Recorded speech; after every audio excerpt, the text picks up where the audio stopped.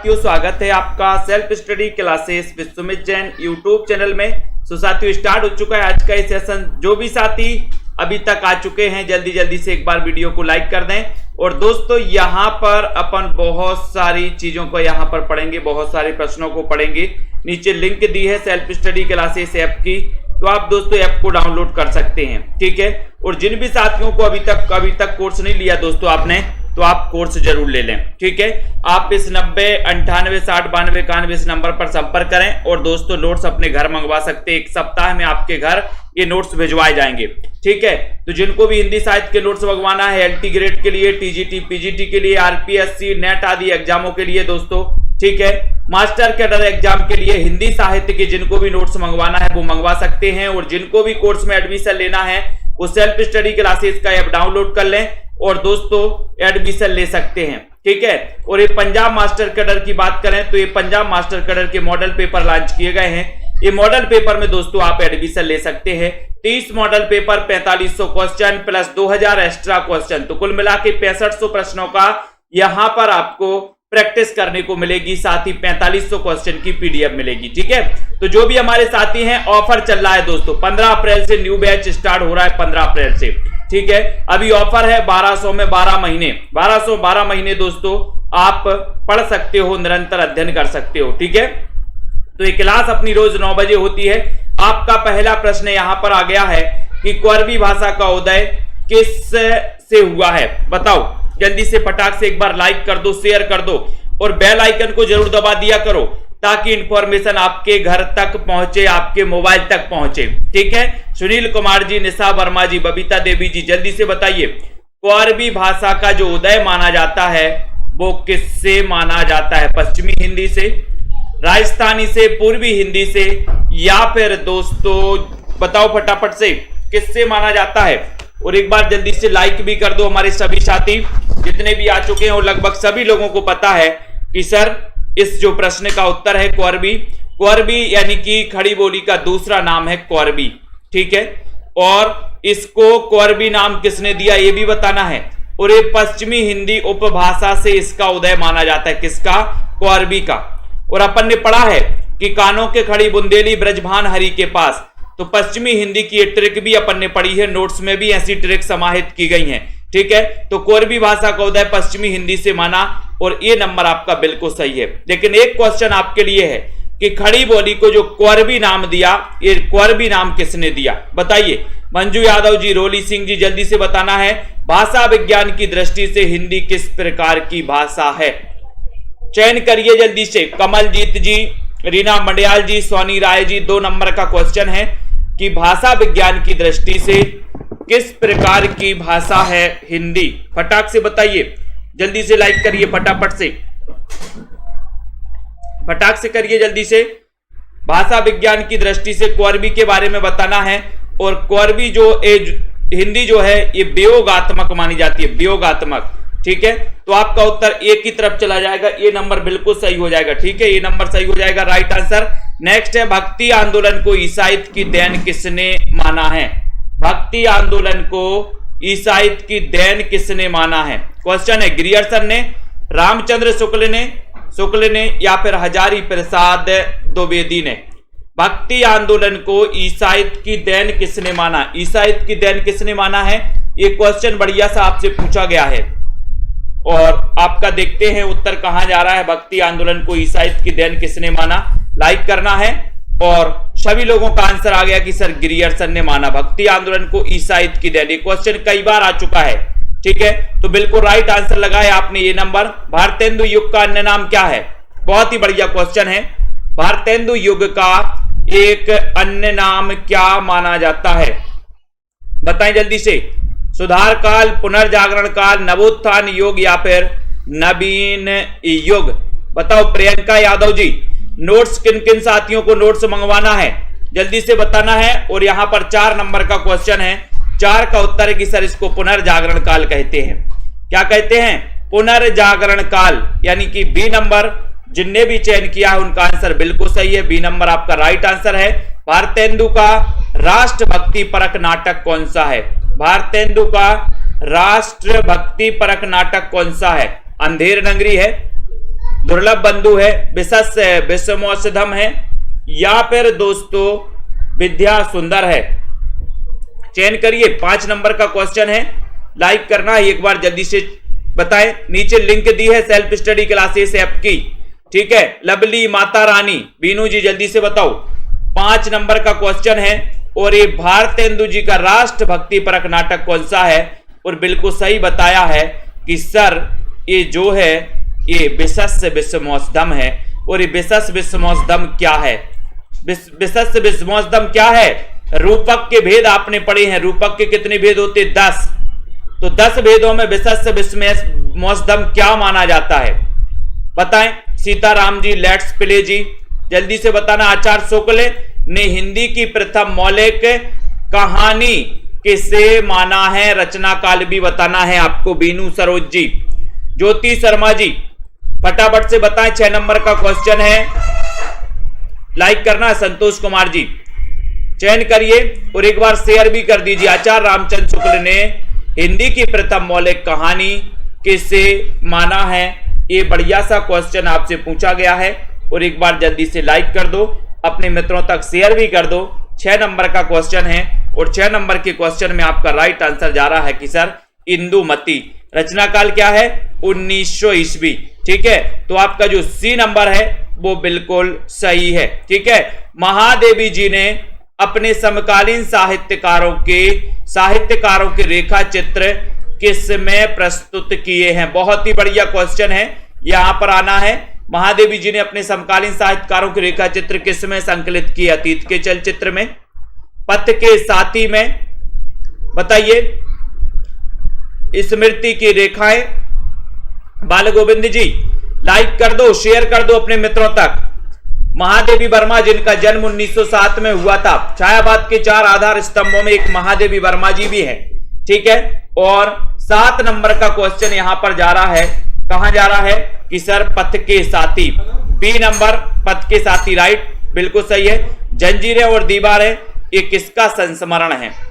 जंजीरें और दीवारें ये किसका संस्मरण है? लाली यादव जी, अनुपम जी, पंकज सिंह जी। प्रश्न क्रमांक 8 नंबर का क्वेश्चन है, और 8 में आपको सही है कि सर हम वृक्ष की जंजीरें और दीवारें बनाएंगे। काय की बनाना है? वृक्ष की दीवारें और जंजीरें बनाना है। तो जंजीरें और दीवारें राम वृक्ष बेनीपुरी, यानी बी नंबर आपका करेक्ट आंसर है। राइट आंसर है। हिंदी में रिपोर्टाज विधा के जनक कौन माने जाते हैं? 9 नंबर का क्वेश्चन, किरण गुप्ता जी, बलजीत कुमार जी, ममता श्रीवास्तव जी। प्रश्न क्रमांक 9 है, बहुत ही बढ़िया क्वेश्चन है। और ऐसे कितने साथी हैं जिन्होंने अभी तक एडमिशन नहीं लिया? अभी बढ़िया ऑफर है, 15 अप्रैल से न्यू बैच स्टार्ट है, 10 अप्रैल तक ऑफर है, 1200 में 12 महीने तक, 10 अप्रैल तक है, ठीक है। तो जिनको भी एडमिशन लेना वो एडमिशन ले लें। जिनको भी नोट्स मंगवाना अपने घर पर वो नोट्स मंगवा सकते हैं, संपर्क कर सकते हैं। हिंदी में रिपोर्टाज विधा के जनक कौन माने जाते हैं? एक अच्छा सा क्वेश्चन है, और 9 नंबर का क्वेश्चन है। और आपने बताया कि सर रिपोर्टाज विधा के जनक है शिवदान सिंह चौहान, जिनका रिपोर्टाज है कौन सा? बताइए जल्दी से, कौन सा है? वाद विवाद संवाद ये किसकी रचना है? वाद विवाद संवाद ये किसकी रचना है? रामविलास शर्मा की, नामवर सिंह की, डॉक्टर नगेंद्र की, नंदुलारे वाजपेयी की, अमन जी बताइए, रंजीत जी कौर जी। 10 नंबर का क्वेश्चन है दोस्तों। बहुत सारे स्टूडेंट ने दोस्तों ये नोट्स मंगवा लिए हैं और उनके घर भी पहुंच गए हैं। कितने साथी हैं यहां पर जिनके नोट्स घर तक पहुंच गए हैं? जल्दी से बताइए कितने साथियों के नोट्स घर तक पहुंच गए हैं। बाकी के सभी साथियों के लिए बताइए नोट्स किस प्रकार के हैं, ये भी आपको बताना है। बताओ, आपने नोट्स मंगवाए और आपको नोट्स कैसे लगे ये भी आपको कमेंट में बताना है, बाकी के सभी साथियों को, ठीक है। वाद विवाद संवाद 10 नंबर का क्वेश्चन है, और 10 का आपका राइट आंसर है कि सर वाद विवाद काय के लिए करते हैं? वाद विवाद लोग नाम के लिए। बोले मेरा नाम बोल दो सर, मेरा नाम बोल दो, तो वाद विवाद करते हैं ना नाम के लिए। तो नामवार से बिल्कुल सही है। कौन सी लिपि प्राचीन भारत में दाईं ओर से बाईं ओर लिखी जाती थी? वो लिपि कौन सी है ये आपको बताना है। ब्राह्मी लिपि है, शारदा लिपि है, खरोष्टी लिपि या फिर नंदनागरी लिपि? कौन सी लिपि है जो दाईं से बाईं ओर लिखी जाती थी प्राचीन भारत में? वीरेंद्र प्रजापति जी, सभी लोग बताएंगे। 11 नंबर का क्वेश्चन है यहां पर, बताइए चंचल जी, लखविंदर कौर जी, प्रश्न क्रमांक 11 में आपको राइट चयन करना है। पूर्वी जी, डॉक्टर रिंकी जी, 11 नंबर का क्वेश्चन बहुत ही बढ़िया प्रश्न है। और आपको पता है ये क्वेश्चन कई बार आया कि जो खरोष्टी है दोस्तों, ये अपन अभी क्या लिखते, देवनागरी को बाएं से दाईं ओर लिखते हैं, लेकिन खरोष्टी दाईं से बाईं ओर लिखी जाती थी, यानी कि इस ओर से इस ओर लिखी जाती थी। ठीक है, तो यहां पर आपका उत्तर सी नंबर बिल्कुल सही चला गया। ठीक है, सी नंबर। हिंदी गद्य की प्राचीनतम रचना कौन सी है? हिंदी गद्य की प्राचीनतम रचना कौन सी है, ये आपको बताना है, ये आपको चयन करना है। बताइए। विजय चौहान जी, बीनू सरोज जी, कुमकुम यादव जी, 12 नंबर का क्वेश्चन, हिंदी गद्य की प्राचीनतम रचना कौन सी है? एक अच्छा क्वेश्चन, 12 नंबर का क्वेश्चन है और आपका उत्तर जा रहा है कि सर हिंदी गद्य की प्राचीनतम जो रचना मानी जाती है वो कौन सी मानी जाती है? बताएं ज्ञानेश जी, क्या हो जाएगा? नीतू जी, ऑल इन वन बताओ। 12 नंबर का क्वेश्चन और उत्तर है चंद छंद वर्णन की महिमा। ठीक है, डी नंबर लगा दिया आपने, बिल्कुल सही आंसर आ गया, डी नंबर। ठीक है, वंदना यादव जी, है ना, बिल्कुल सही बताया। लेकिन यह भी बताना है आपको कि इसकी रचनाकार कौन है। चंद छंद वर्णन की महिमा, ये रचना किसकी है? प्राचीनतम गद्य की रचना मानी जाती है। और हिंदी साहित्य की नींव का पत्थर किसे कहा जाता है? बहुत ही बढ़िया ऐसी क्वेश्चन आपको पढ़ना है। कमला कांति जी, विजय जी, उदय यादव जी, बताए। राम राम जी, गौरी जी, बताए। प्रश्न क्रमांक 13 नंबर का क्वेश्चन है। लाइक कर दो, नीचे लिंक भी दी है सेल्फ स्टडी क्लासेस ऐप की, तो आप लोग ऐप को डाउनलोड कर सकते हो। आप किसी भी एग्जाम की तैयारी कर रहे हैं, ठीक है, बिल्कुल दोस्तों, एलटी ग्रेड की तैयारी कर रहे हैं या फिर आरपीएससी या फिर टीजीटी पीजीटी या मास्टर कैडर एग्जाम की तैयारी कर रहे हैं, रेगुलर अध्ययन करते रहें और कोर्स में एडमिशन ले सकते हैं। 15 अप्रैल से न्यू बैच स्टार्ट, 10 अप्रैल तक ऑफर है 1200 में 12 महीने का। ठीक है, 1200 में 12 महीने। और दोस्तों नींव का पत्थर 13 नंबर का क्वेश्चन, और 13 नंबर का क्वेश्चन है कि the modern vernacular literature of northern Hindustan, इसको क्या कहा जाता है? नींव का पत्थर। ठीक है, इसके रचनाकार कौन है? ग्रियर्सन। रचना काल क्या है? जल्दी से बताइए, फटाफट से बताइए। बिल्कुल, बहुत बढ़िया, बलजीत जी बता रहे हैं कि सर बहुत ही बढ़िया नोट्स हैं। तो यहां पर बताना है कि जो किसी एक बुक में नहीं मिलेंगे, किसी 5 बुक में नहीं मिलेंगे, है ना, ऐसी कई पुस्तकों का एक संकलन करके वो बनाया गया और पूरा बढ़िया तरीके से बनाया गया। बीच बीच में ट्रिक भी, जहां जैसी ट्रिक निकलती गई तो ट्रिक भी उसमें समाहित की गई हैं। ठीक है, और बढ़िया तरीके से रचनाओं को क्रमबद्ध पेश किया गया, एक एक कवियों का परिचय भी दिया गया। ठीक है, ऐसे बढ़िया तरीके से नोट्स बनाए गए हैं जिनको आप अपने घर मंगवा सकते। 1 सप्ताह के अंदर आपके घर वो नोट्स पहुंच जाएंगे। दोस्तों, भक्ति काव्य को भारतीय चिंताधारा का स्वाभाविक विकास आपको बताना है, जल्दी से बताइए। राइट आंसर, भक्ति काव्य को भारतीय चिंतन धारा का स्वाभाविक विकास किसने कहा?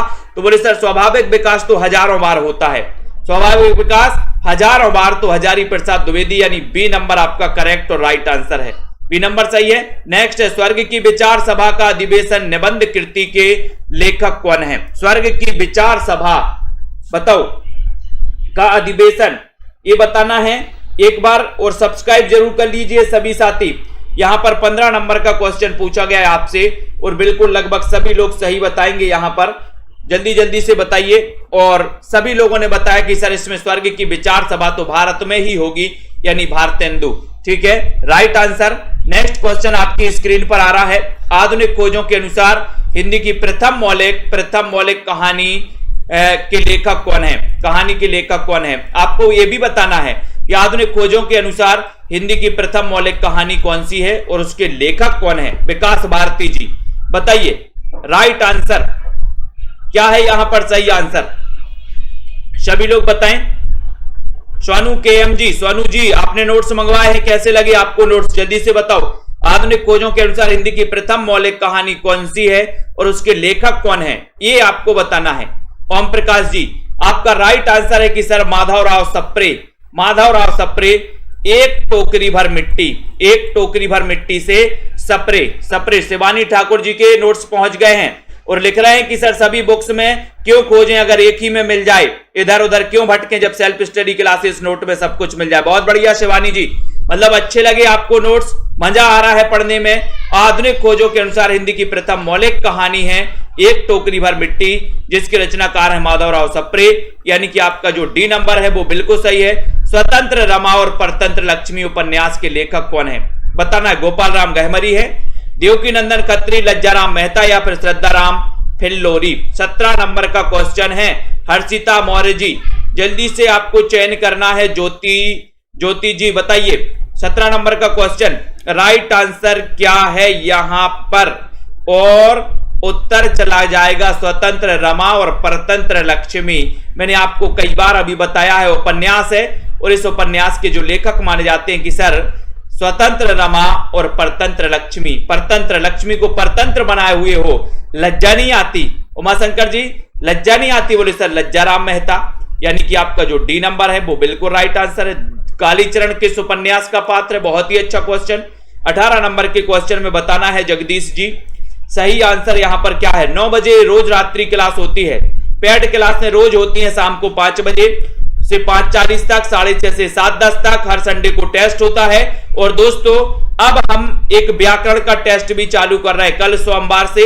आपको दोस्तों अभी तक बहुत सारे व्याकरण, एक टेस्ट रोज आएगा, एक टेस्ट रोज आने वाला है किसी ना किसी प्रकार से। सोनू जी लिख रहे हैं अच्छे हैं गुरुजी, अभी तक ऐसा नोट्स नहीं देखा, जितनी तारीफ करें उतनी ही कम है। बहुत बढ़िया सोनू जी। तो कालीचरण किस उपन्यास का पात्र है ये आपको बताना है। 18 नंबर का क्वेश्चन है, और 18 नंबर के क्वेश्चन में उत्तर आपको बताना है कि सर ये मेला आंचल, मेला आंचल जो कि हिंदी का प्रथम आंचलिक उपन्यास है।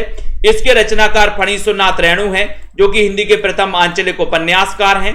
ठीक है, अब जो मेला आंचल है ये बताना है कि किस गांव से संबंधित है, ये भी बताना है। कालीचरण ये इसका पात्र है, मेला आंचल का पात्र है दोस्तों। ठीक है, पंडित बालकर्ण भट्ट ने सच्ची समालोचना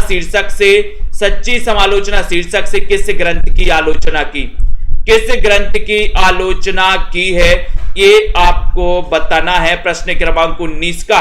सभी साथी, जितने भी साथी हमारे पेड वाले साथी हैं, कुछ दिन के लिए आपके लिए दोस्तों हर रोज एक टेस्ट मिलेगा, हर रोज एक टेस्ट मिलेगा। ठीक है, तो बिल्कुल हर रोज एक टेस्ट मिलेगा, उसको भी आपको करना इसी 1200 वाले कोर्स में। ठीक है, अभी आपका हर संडे को टॉपिक वाइज टेस्ट होता है कि जितना सप्ताह भर में पढ़ाया जाता है वो आपको टेस्ट मिलता है, लेकिन एक बार रिवीजन टेस्ट होना है, रिवीजन टेस्ट होना है, तो सभी लोग तैयार रहें। ठीक है, रिवीजन टेस्ट के लिए तैयार रहें, और रिवीजन टेस्ट सभी को लगाने हैं। रोज एक टेस्ट आएगा रिवीजन टेस्ट, सभी लोग उस टेस्ट को लगाएंगे। ठीक है, तो यहां पर 19 नंबर का क्वेश्चन है। 19 नंबर में बताना है कि सर संयोगिता स्वयंवर यानी कि डी नंबर, इसकी दोस्तों इन्होंने सच्ची समालोचना शीर्षक से, है ना, तो ये आपका डी बिल्कुल सही है। कुरु कुरु स्वाहा उपन्यास के लेखक कौन है? बहुत ही बढ़िया, बाहुबली कटप्पा जी आ गए हैं। कुरु कुरु स्वाहा, जब हवन होता है दोस्तों तो आप मंत्र आदि पढ़े जाते हैं, तो आप क्या करते हो? कुरु कुरु स्वाहा कैसे बोलते हो? बड़े जोश में बोलते हो, जोश में बोलते हो। तो इस उपन्यास के लेखक कौन माने जाएंगे? बताइए कौन माने जाएंगे, बताएं। राहुल राज जी, कुरु कुरु स्वाहा बोले सर हम बड़े जोश में बोलते हैं, जोश में बोलते हैं और बड़ा मनोहर लगता है, मनोहारी दृश्य लगता है, तो मनोहर श्याम जोशी। कुरु कुरु स्वाहा। सी नंबर, अपनी आत्मकथा को स्मृति यात्रा यज्ञ किसने कहा? 21 नंबर का क्वेश्चन है। अपनी आत्मकथा को स्मृति यात्रा यज्ञ किसने कहा है? प्रियंका जी। बहुत ही अच्छा क्वेश्चन, 21 नंबर का क्वेश्चन है, सभी लोग बताएंगे। और एक बार लाइक करके शेयर जरूर किया करो, अपने मित्रों तक जरूर बता दिया करो कि 15 तारीख से सेल्फ स्टडी क्लासेस में एक नया बैच स्टार्ट हो रहा है। जिसको भी हिंदी साहित्य विस्तृत पढ़ना है वो पढ़ सकते हैं। ऑफर 10 तारीख तक है। 1200 में 12 महीने निरंतर अध्ययन करने के लिए। ठीक है, तो अपनी आत्मकथा को स्मृति यात्रा यज्ञ किसने कहा ये आपको बताना है। यहां 1200 में 12 महीने पढ़ने का मौका आपको मिल रहा है, और आप स्कूलों में जाते हैं, अपने बच्चे की फीस 1200 एक महीने की भर के आते हो, भर के आते हो कि नहीं आते हो? 1200 क्या ज्यादा भर के आते हो। ठीक है, और यहां आप अपने लिए इतना भी नहीं कर पाते कि हम 1200 में 12 महीने पढ़ने को मिला, आपको 5000 10,000 फीस नहीं भर रही। दूसरी कोचिंग में जाओगे इतनी मस्त तरीके से भी नहीं पढ़ाया जाएगा। उठाएंगे किताब, लिखवा देंगे आपको, और बोले याद करते रहो। और यहां पर लिखने पर जोर नहीं दिया जाता, यहां पर तो क्लास में याद करने पर जोर दिया जाता है कि जितना पढ़ाया जाए उसका 50% तो क्लास में ही याद होना चाहिए। ये यहां पर दोस्तों किया जाता है। तो यहां पर 21 नंबर का क्वेश्चन है और आपका उत्तर है हरिवंश राय बच्चन ने अपनी आत्मकथा को, इनकी आत्मकथा 4 भागों में दोस्तों प्रस्तुत है। हरिवंश राय बच्चन जिनका जन्म 1907 में हुआ था, हालाबाद के प्रवर्तक माने जाते हैं। क्षय रोमांस का कवि इन्हें कहा जाता है। माटी हो गई सोना रेखा चित्र के लेखक कौन है? जल्दी से आपको चयन करना है। माटी हो गई सोना किसका रेखा चित्र है दोस्तों? पदम सिंह का, हरिभाऊ उपाध्याय का, कन्हैयालाल मिश्र प्रभाकर का या फिर विनोबा? 22 नंबर में चयन करिए। निशा जसबीर जी, माया राम जी बताना है जल्दी से। एग्जाम आते रहेंगे जाते रहेंगे, पढ़ाई नहीं रुकनी चाहिए, पढ़ाई निरंतर चालू रहनी चाहिए। एग्जाम आते रहेंगे। आप लोग क्या करते हो, एक एग्जाम आया 2 महीने पढ़ लिया, 4 महीने छोड़ दिया, ज्यों का त्यों। लेकिन एग्जाम आते रहेंगे जाते रहेंगे और सेल्फ स्टडी क्लासेस में निरंतर पढ़ाई चलती रहेगी आप लोगों की। ठीक है, निरंतर पढ़ाई करोगे तो अध्ययन बहुत अच्छा हो जाएगा। ठीक है, माटी हो गई सोना, बोले सर कन्हैया के चरण पड़ गए तो हमारे घर की माटी भी सोना हो गई। कन्हैया के चरण, तो यहां पर कन्हैयालाल मिश्र प्रभाकर। सी नंबर, आचार्य भरत के रससूत्र के प्रथम व्याख्याता कौन है? इनमें से बताइए, सभी लोग बताएंगे। राइट आंसर कमलाकांत जी, प्रियंका यादव जी। 23 नंबर का क्वेश्चन है, सभी को आपको बताना है दोस्तों, लाइक कर देना है। इतना सारा मटेरियल आपको कोई भी चैनल वाला नहीं देता, कोई नहीं देता जितना दोस्तों सेल्फ स्टडी क्लासेस में आपको निरंतर अध्ययन करवाया जाता है। एक एक चीज को 10-10 बार पढ़ा दी जाती है ताकि आप कभी भूलो ना। ऐसी चीजें दोस्तों, एक एक चीज को कई बार रटवाई जाती है, कई बार पढ़वाई जाती है, अभ्यास करवाया जाता है, क्योंकि प्रैक्टिस से ही आपका दोस्तों बहुत कुछ होता है। प्रैक्टिस से ही आपके जो 4-5 नंबर से सिलेक्शन रुकता है वो आपके लिए दोस्तों बहुत ही महत्वपूर्ण है। तो आचार्य भरत के रससूत्र आपने पढ़ा होगा, किसी को पता है तो जल्दी से एक बार रससूत्र लिख दो। 23 नंबर का क्वेश्चन है, बहुत ही बढ़िया क्वेश्चन यहां पर पूछा गया है और सभी लोगों का आंसर आया कि सर भट्ट लोलट में इसमें नंबर लगा दो। ये नंबर आपका सही है। जनता जनार्दन एक ही तरफ जा रही है, बिल्कुल सही है, बहुत बढ़िया। नेक्स्ट, अलंकार संप्रदाय के प्रवर्तक आचार्य इनमें से कौन है? 24 नंबर का क्वेश्चन है, अलंकार संप्रदाय के प्रवर्तक आचार्य कौन है? भरत मुनि है, भामह है, भामह है, जल्दी से बताना। आराधना पाल जी संपर्क कर सकती हो, नीचे नंबर लिखा है। सेल्फ स्टडी क्लासेस ऐप की लिंक दी है, लिंक से आप ऐप डाउनलोड कर लो पहले तो। ठीक है, तो यहां पर अलंकार संप्रदाय के प्रवर्तक आपको चयन करना है। निरंतर अध्ययन करिए दोस्तों, अगर सफलता चाहिए तो निरंतर अध्ययन करिए।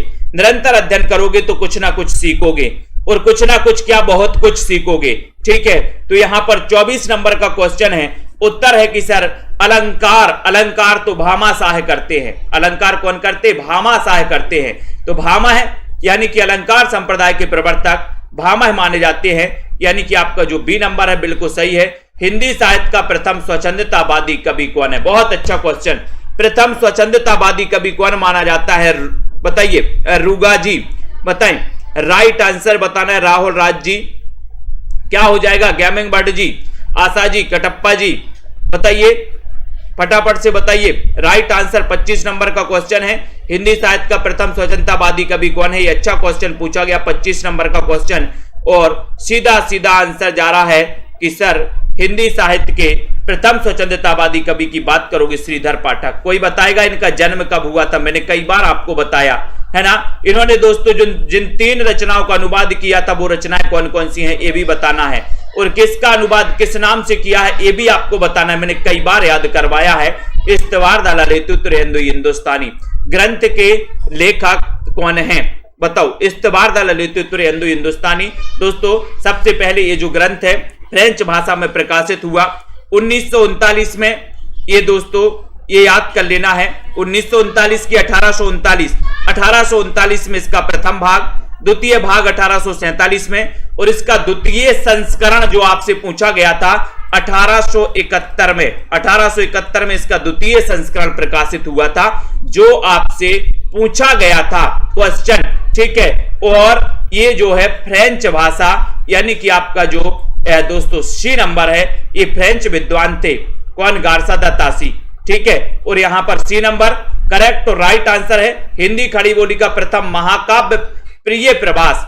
इसमें कितने सर्ग हैं, इसके लेखक भी बताना है, प्रिय प्रवास के लेखक भी आपको ही बताना है। जल्दी से बताइए, कमेंट करते रहिए, लाइक शेयर करते रहिए। सेल्फ स्टडी क्लासेस परिवार से हमेशा जुड़ते रहिए।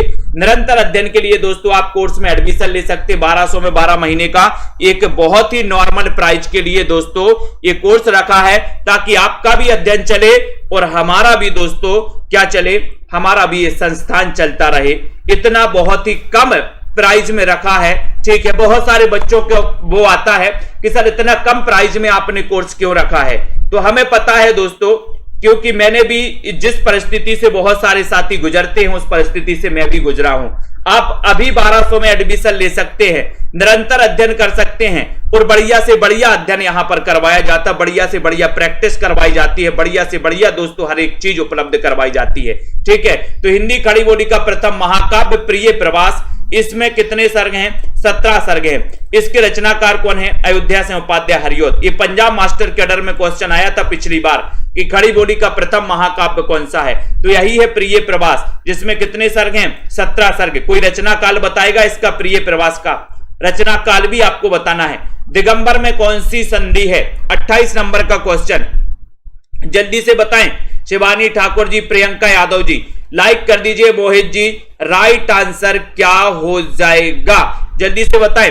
डाली तिवारी जी, 9098 वाला जो नंबर चल रहा है उसमें आप मैसेज कर सकते हैं और मैं आपको प्रोसेस बता दूंगा, ठीक है। Self study classes app download कर लो पहले तो, ठीक है। एडमिशन लेकर के अध्ययन बहुत अच्छे से आप कर सकते हो, ठीक है। और डायरेक्ट संपर्क होता है दोस्तों, ये नंबर चल रहा है, डायरेक्ट हमसे ही बात होगी आपकी, किसी से बात नहीं होने वाली, डायरेक्ट हमसे बात होगी। कोई भी प्रॉब्लम जाती है हमसे ही बात होगी आपकी। ऐसा नहीं है कि आपने देखा होगा कि जब आप बड़ी बड़ी कोचिंग में एडमिशन लेता आप नंबर लगाते, आपके कोई डाउट्स रहते तो आप पूछ ही नहीं पाते, ठीक है। लेकिन सेल्फ स्टडी क्लासेस में आपकी समस्या हमारी समस्या होती है, ठीक है। दिगंबर में व्यंजन संधि है दोस्तों, इसका कोई संधि विच्छेद बताएगा, क्या हो जाएगा दिगंबर का, बताए। राइट आंसर निर्विकार में कौन सा समास है? 29 नंबर का क्वेश्चन, मनीषा यादव जी, उदय जी, आशा जी, दिनेश जी, राइट आंसर चयन करना है। लाइक कर दो, एक बार शेयर भी कर दो अपने साथियों तक। और मंजू जी, सोनू केएम जी, लाली यादव जी, अनु शर्मा जी, निर्विकार में कौन सा समास है? ये क्वेश्चन पूछा गया है, बिल्कुल सही बताया है प्रमांशु चौधरी जी ने। दिक धन अंबर, ठीक है, तो बराबर हो जाएगा दिगंबर। और राइट आंसर 29 नंबर के क्वेश्चन में 29 का उत्तर आपका क्या हो जाएगा? 29 का उत्तर क्या हो जाएगा? तो यहां पर है सर कि 29 में जो समास है वो है अव्ययी भाव समास। अव्ययी भाव समास, समास मैंने बहुत अच्छे से आप लोगों को पढ़ाए हैं, रिकॉर्डेड वीडियो भी उपलब्ध करवाए हैं, ठीक है। तो सी यानी कि अव्ययी भाव समास आपका बिल्कुल सही है। समाज शब्द में एक प्रत्यय लगाने पर कौन सा शब्द बनेगा? बताओ।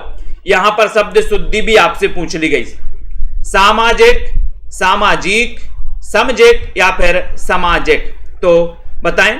लाइक करना है। निष्ठा त्रिवेदी जी, ममता श्रीवास्तव जी, जो यहां पर दोस्तों लाइव आप कोर्स में देख रहे हैं, आधे से ज्यादा साथी हैं जो एडमिशन लेकर के निरंतर अध्ययन कर रहे हैं, ठीक है। ये आधे से ज्यादा साथी, कितने साथी हैं यहां पर? एक बार हाथ उठा के पूरा समर्थन करिए सेल्फ स्टडी क्लासेस परिवार का कि सर हम भी लाइव क्लास में पेड कोर्स में एडमिशन लेके निरंतर अध्ययन कर रहे हैं, ठीक है। आप कुछ नहीं कर सकते तो दूसरे लोगों को प्रोत्साहित भी कर सकते हैं कि निरंतर अध्ययन करिए। एग्जाम आते रहेंगे, जाते रहेंगे, लेकिन अध्ययन रुकना नहीं चाहिए। तो यहां पर आपका राइट आंसर 30 नंबर का क्वेश्चन है और बहुत ही बढ़िया क्वेश्चन आया कि सर सामाजिक लगा दो, ये नंबर लगा दो, ये नंबर आपका बिल्कुल सही है। कौन सा गुणवाचक विशेषण नहीं है? नहीं में बताइए। यहां पर लवली ठाकुर जी, सीताराम जी, सिमरपाल जी, अर्चना लोधी जी, सोनू जी, बहुत बढ़िया, रेखा जी, सुनीता जी, बाहुबली कटप्पा जी, रश्मि पाठक, शिवानी ठाकुर जी, बलजीत जी, बहुत बढ़िया, वेरी गुड, श्वेता जी, हेमानी जी, ठीक है, संतोष जी, बिंदु लता जी, बहुत बढ़िया, बिल्कुल सही है। तो यहां पर जल्दी फटाक से कौन सा गुणवाचक विशेषण नहीं है? ये बढ़िया सा क्वेश्चन आपसे पूछा गया, 31 नंबर का क्वेश्चन पूछा गया और उत्तर आपका क्या हो रहा है कि सर मोटा तो है, पीला भी है, सुंदर भी है गुणवाचक, लेकिन ये 10 नहीं है।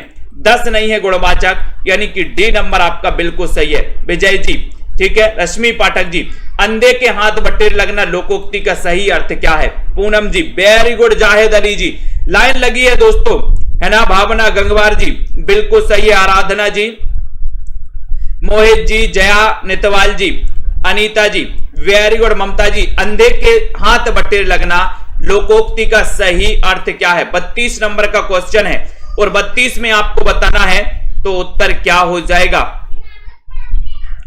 अंधे के हाथ बटेर लगना, पूनम सैनी जी बताओ। रजनीश शर्मा जी, अनुपम जी, और यहां पर उत्तर होगा कि सर बिना मेहनत के ही उपलब्धि होना, यानी बी नंबर आपका करेक्ट आंसर और राइट आंसर चला जाता है, ठीक है। कृतज्ञ शब्द का सही विलोम शब्द क्या है दोस्तों? कृतज्ञ का विलोम शब्द क्या है? सभी लोगों को बताना है, पूरी मेहनत से आपको पढ़ाई करवाई जाती है दोस्तों, ठीक है। यहां पर एक सेल्फ स्टडी क्लासेस का उद्देश्य ही है कि आपकी निरंतर पढ़ाई चलनी चाहिए और हमें भी दोस्तों रोजगार मिलना चाहिए, ठीक है। तो एक नॉर्मल फीस के माध्यम से आपको यहां पर पढ़ाई करवाई जाती है और साहित्य की बहुत ही श्रेष्ठ, ठीक है। तो यहां पर जल्दी से बताएं राइट आंसर क्या हो जाएगा? कृतज्ञ शब्द का सही विलोम क्या है? 33 नंबर का क्वेश्चन, और 33 नंबर में आपका उत्तर जा रहा है कि सर कृतज्ञ शब्द का सही हो जाएगा कृतज्ञ, यानी कि सी नंबर। सी नंबर आपका राइट आंसर है, बिल्कुल सही है। महात्मा गांधी का देश सदैव आभारी रहेगा मैं किस तरह की अशुद्धि है? अशुद्धि बताना है, किस तरह की अशुद्धि है? वाच्य प्रयोग की अशुद्धि है। क्या है यहां पर अशुद्धि? जल्दी से बताइए फटाक से। पुनरुक्ति की अशुद्धि, पद क्रम संबंधी अशुद्धि, संयुक्त क्रिया संबंधी अशुद्धि। महात्मा गांधी का देश सदैव आभारी रहेगा किस प्रकार की अशुद्धि है? एक क्वेश्चन आपको बताना है, जल्दी से सभी लोग बताएंगे, फटाफट से बताएंगे। राइट आंसर यहां पर क्या हो जाएगा? फटाक से बताओ, लाइक करना है, जल्दी से सभी लोग बताएंगे। और ये 34 नंबर का क्वेश्चन है, बहुत ही बढ़िया क्वेश्चन है। सभी लोगों ने बताया कि सर ये पद क्रम संबंधी अशुद्धि है, पद क्रम संबंधी अशुद्धि है। सी नंबर आपका करेक्ट आंसर है, राइट आंसर है। कनक कनकते स्वगुणी मादकता अधिकाय में कौन सा अलंकार है? पूछा जाता है, कई बार पूछा जाता है, जल्दी से बताइए उत्तर क्या हो जाएगा? कनक कनकते स्वगुणी मादकता अधिकाय, इसमें अलंकार कौन सा है? अनुप्रास है, यमक है, श्लेष है, या फिर उपमा अलंकार है? ये आपको चयन करना है, लाइक करना है और फटाफट से बताना है। 35 नंबर का क्वेश्चन, जल्दी से बताइए।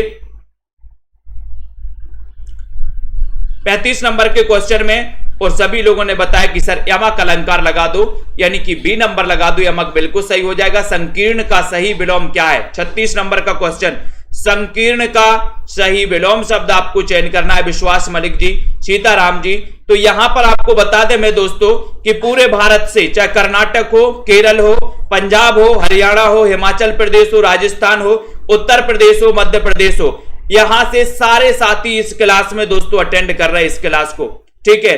और इस क्लास में तैयारी कर रहे हैं अपने अपने एग्जाम की, अलग अलग एग्जाम की। पंजाब में मास्टर कैडर, राजस्थान में आरपीएससी, ठीक है, उत्तर प्रदेश में टीजीटी, एलटी ग्रेड, ठीक है, नेट एग्जाम की तैयारी कर रहे हैं, और हरियाणा टेट की एग्जाम की तैयारी कर रहे हैं, एचपी कमीशन की दोस्तों, झारखंड में टीजीटी की।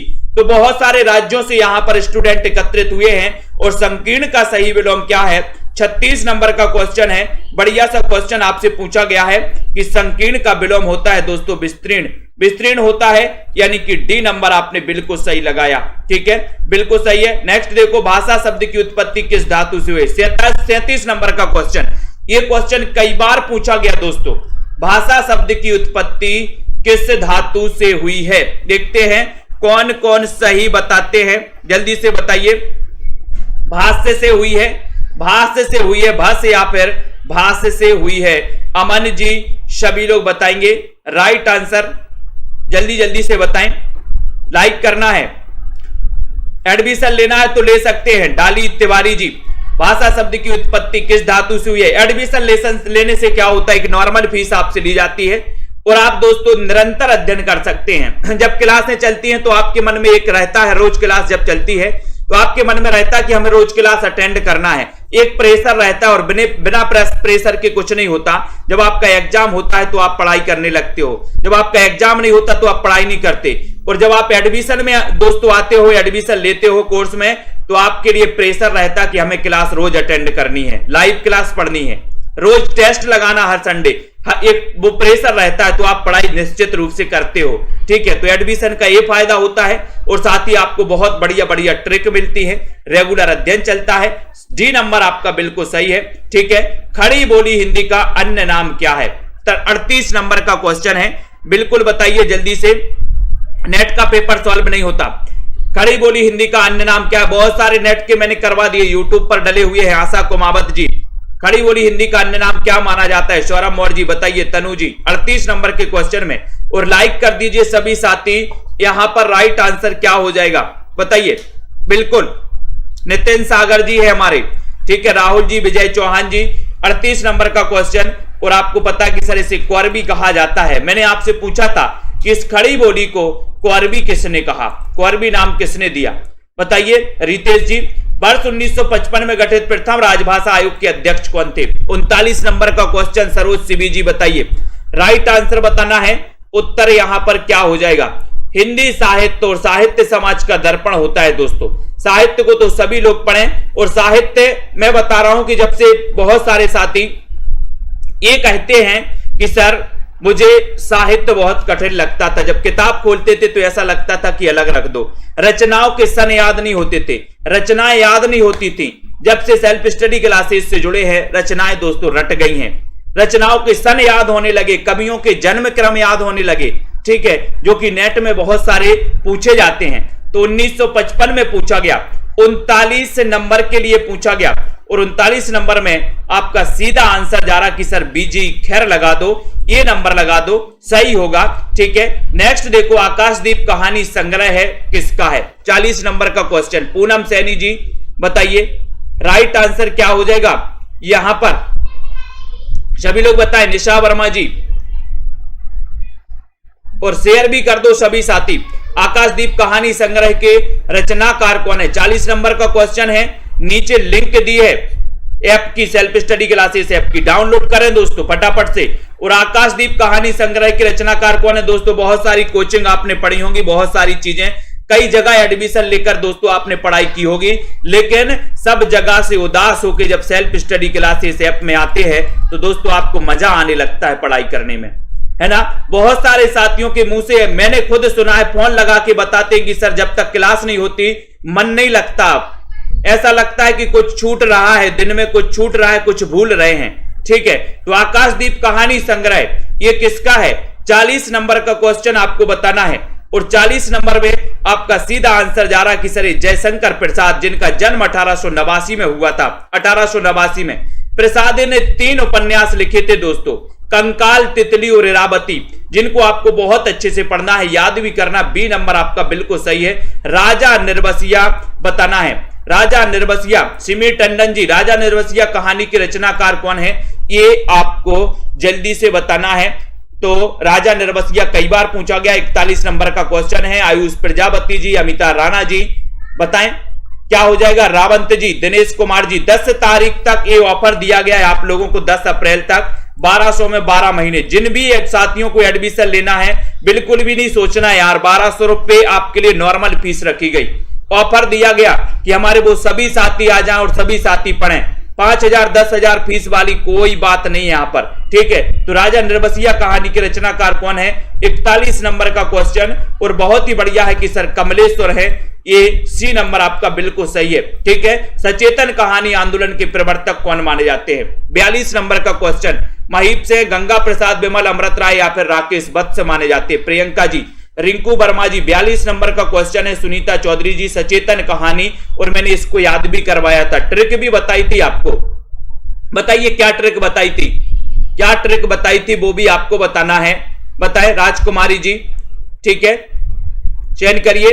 आशा जी, प्रियंका जी, दीक्षा जी, मुनमुन जी, बुलडोजर बाबा जी आ गए हैं, बहुत बढ़िया। सचेतन कहानी 42 नंबर का क्वेश्चन, और सीधा आंसर जा रहा है कि सर आपने याद किया था कि सचेत रहते थे जब माही क्या करते थे? विकेट कीपिंग करते थे, तो बल्लेबाज क्या रहते थे? सचेत।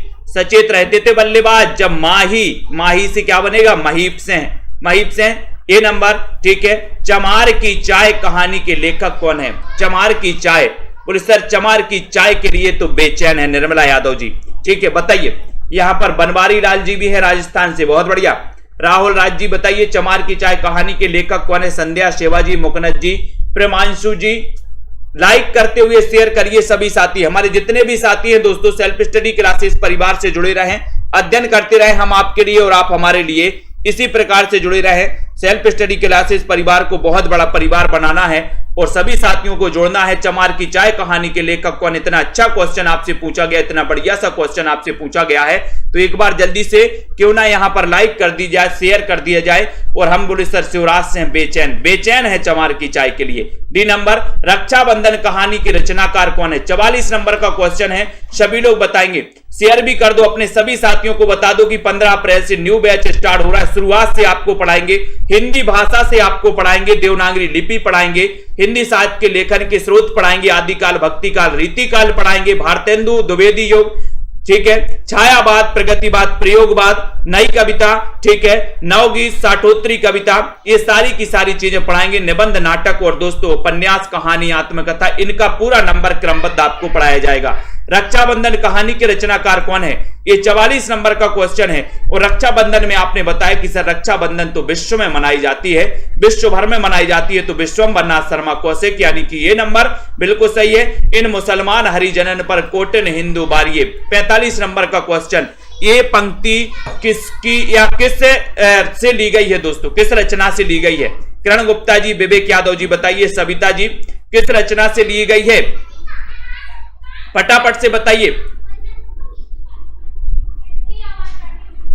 फटाफट से बताना है। यहां पर 45 नंबर का क्वेश्चन है, सभी लोग बताइए, जल्दी जल्दी से बताना है, लाइक करना है फटाफट से।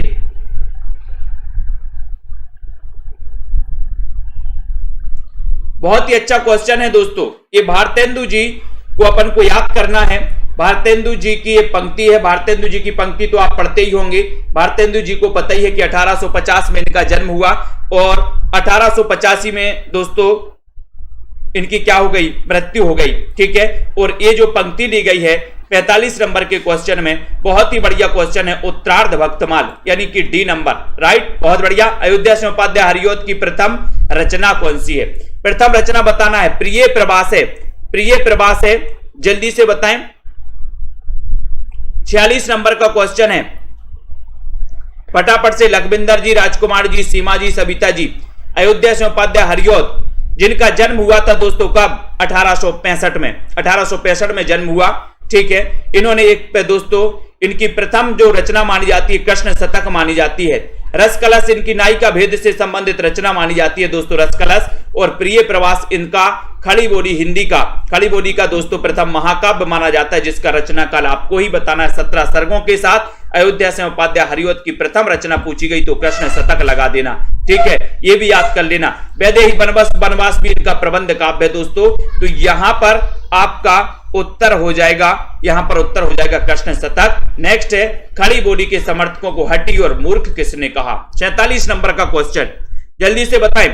दिनेश कुमार जी लाइक करिए। ये क्लास रोज रात्रि 9 बजे होती है और नीचे लिंक दी है सेल्फ स्टडी क्लासेस ऐप की, जरूर डाउनलोड करिए सभी साथी। खड़ी बोली के समर्थकों को हठी और मूर्ख किसने कहा है? 47 नंबर का क्वेश्चन है दोस्तों। कल से लेकर 10 तारीख तक, कल से लेकर 10 तारीख तक 10 टेस्ट, 10 तारीख तक दोस्तों एक टेस्ट आपको सभी साथियों को फ्री दिया जाएगा। 10 टेस्ट सेल्फ स्टडी क्लासेस पर फ्री दिए जाएंगे, ठीक है। तो आप एडमिशन भी नहीं लेते तब भी उसमें आपको फ्री टेस्ट दोस्तों मिलने वाले हैं।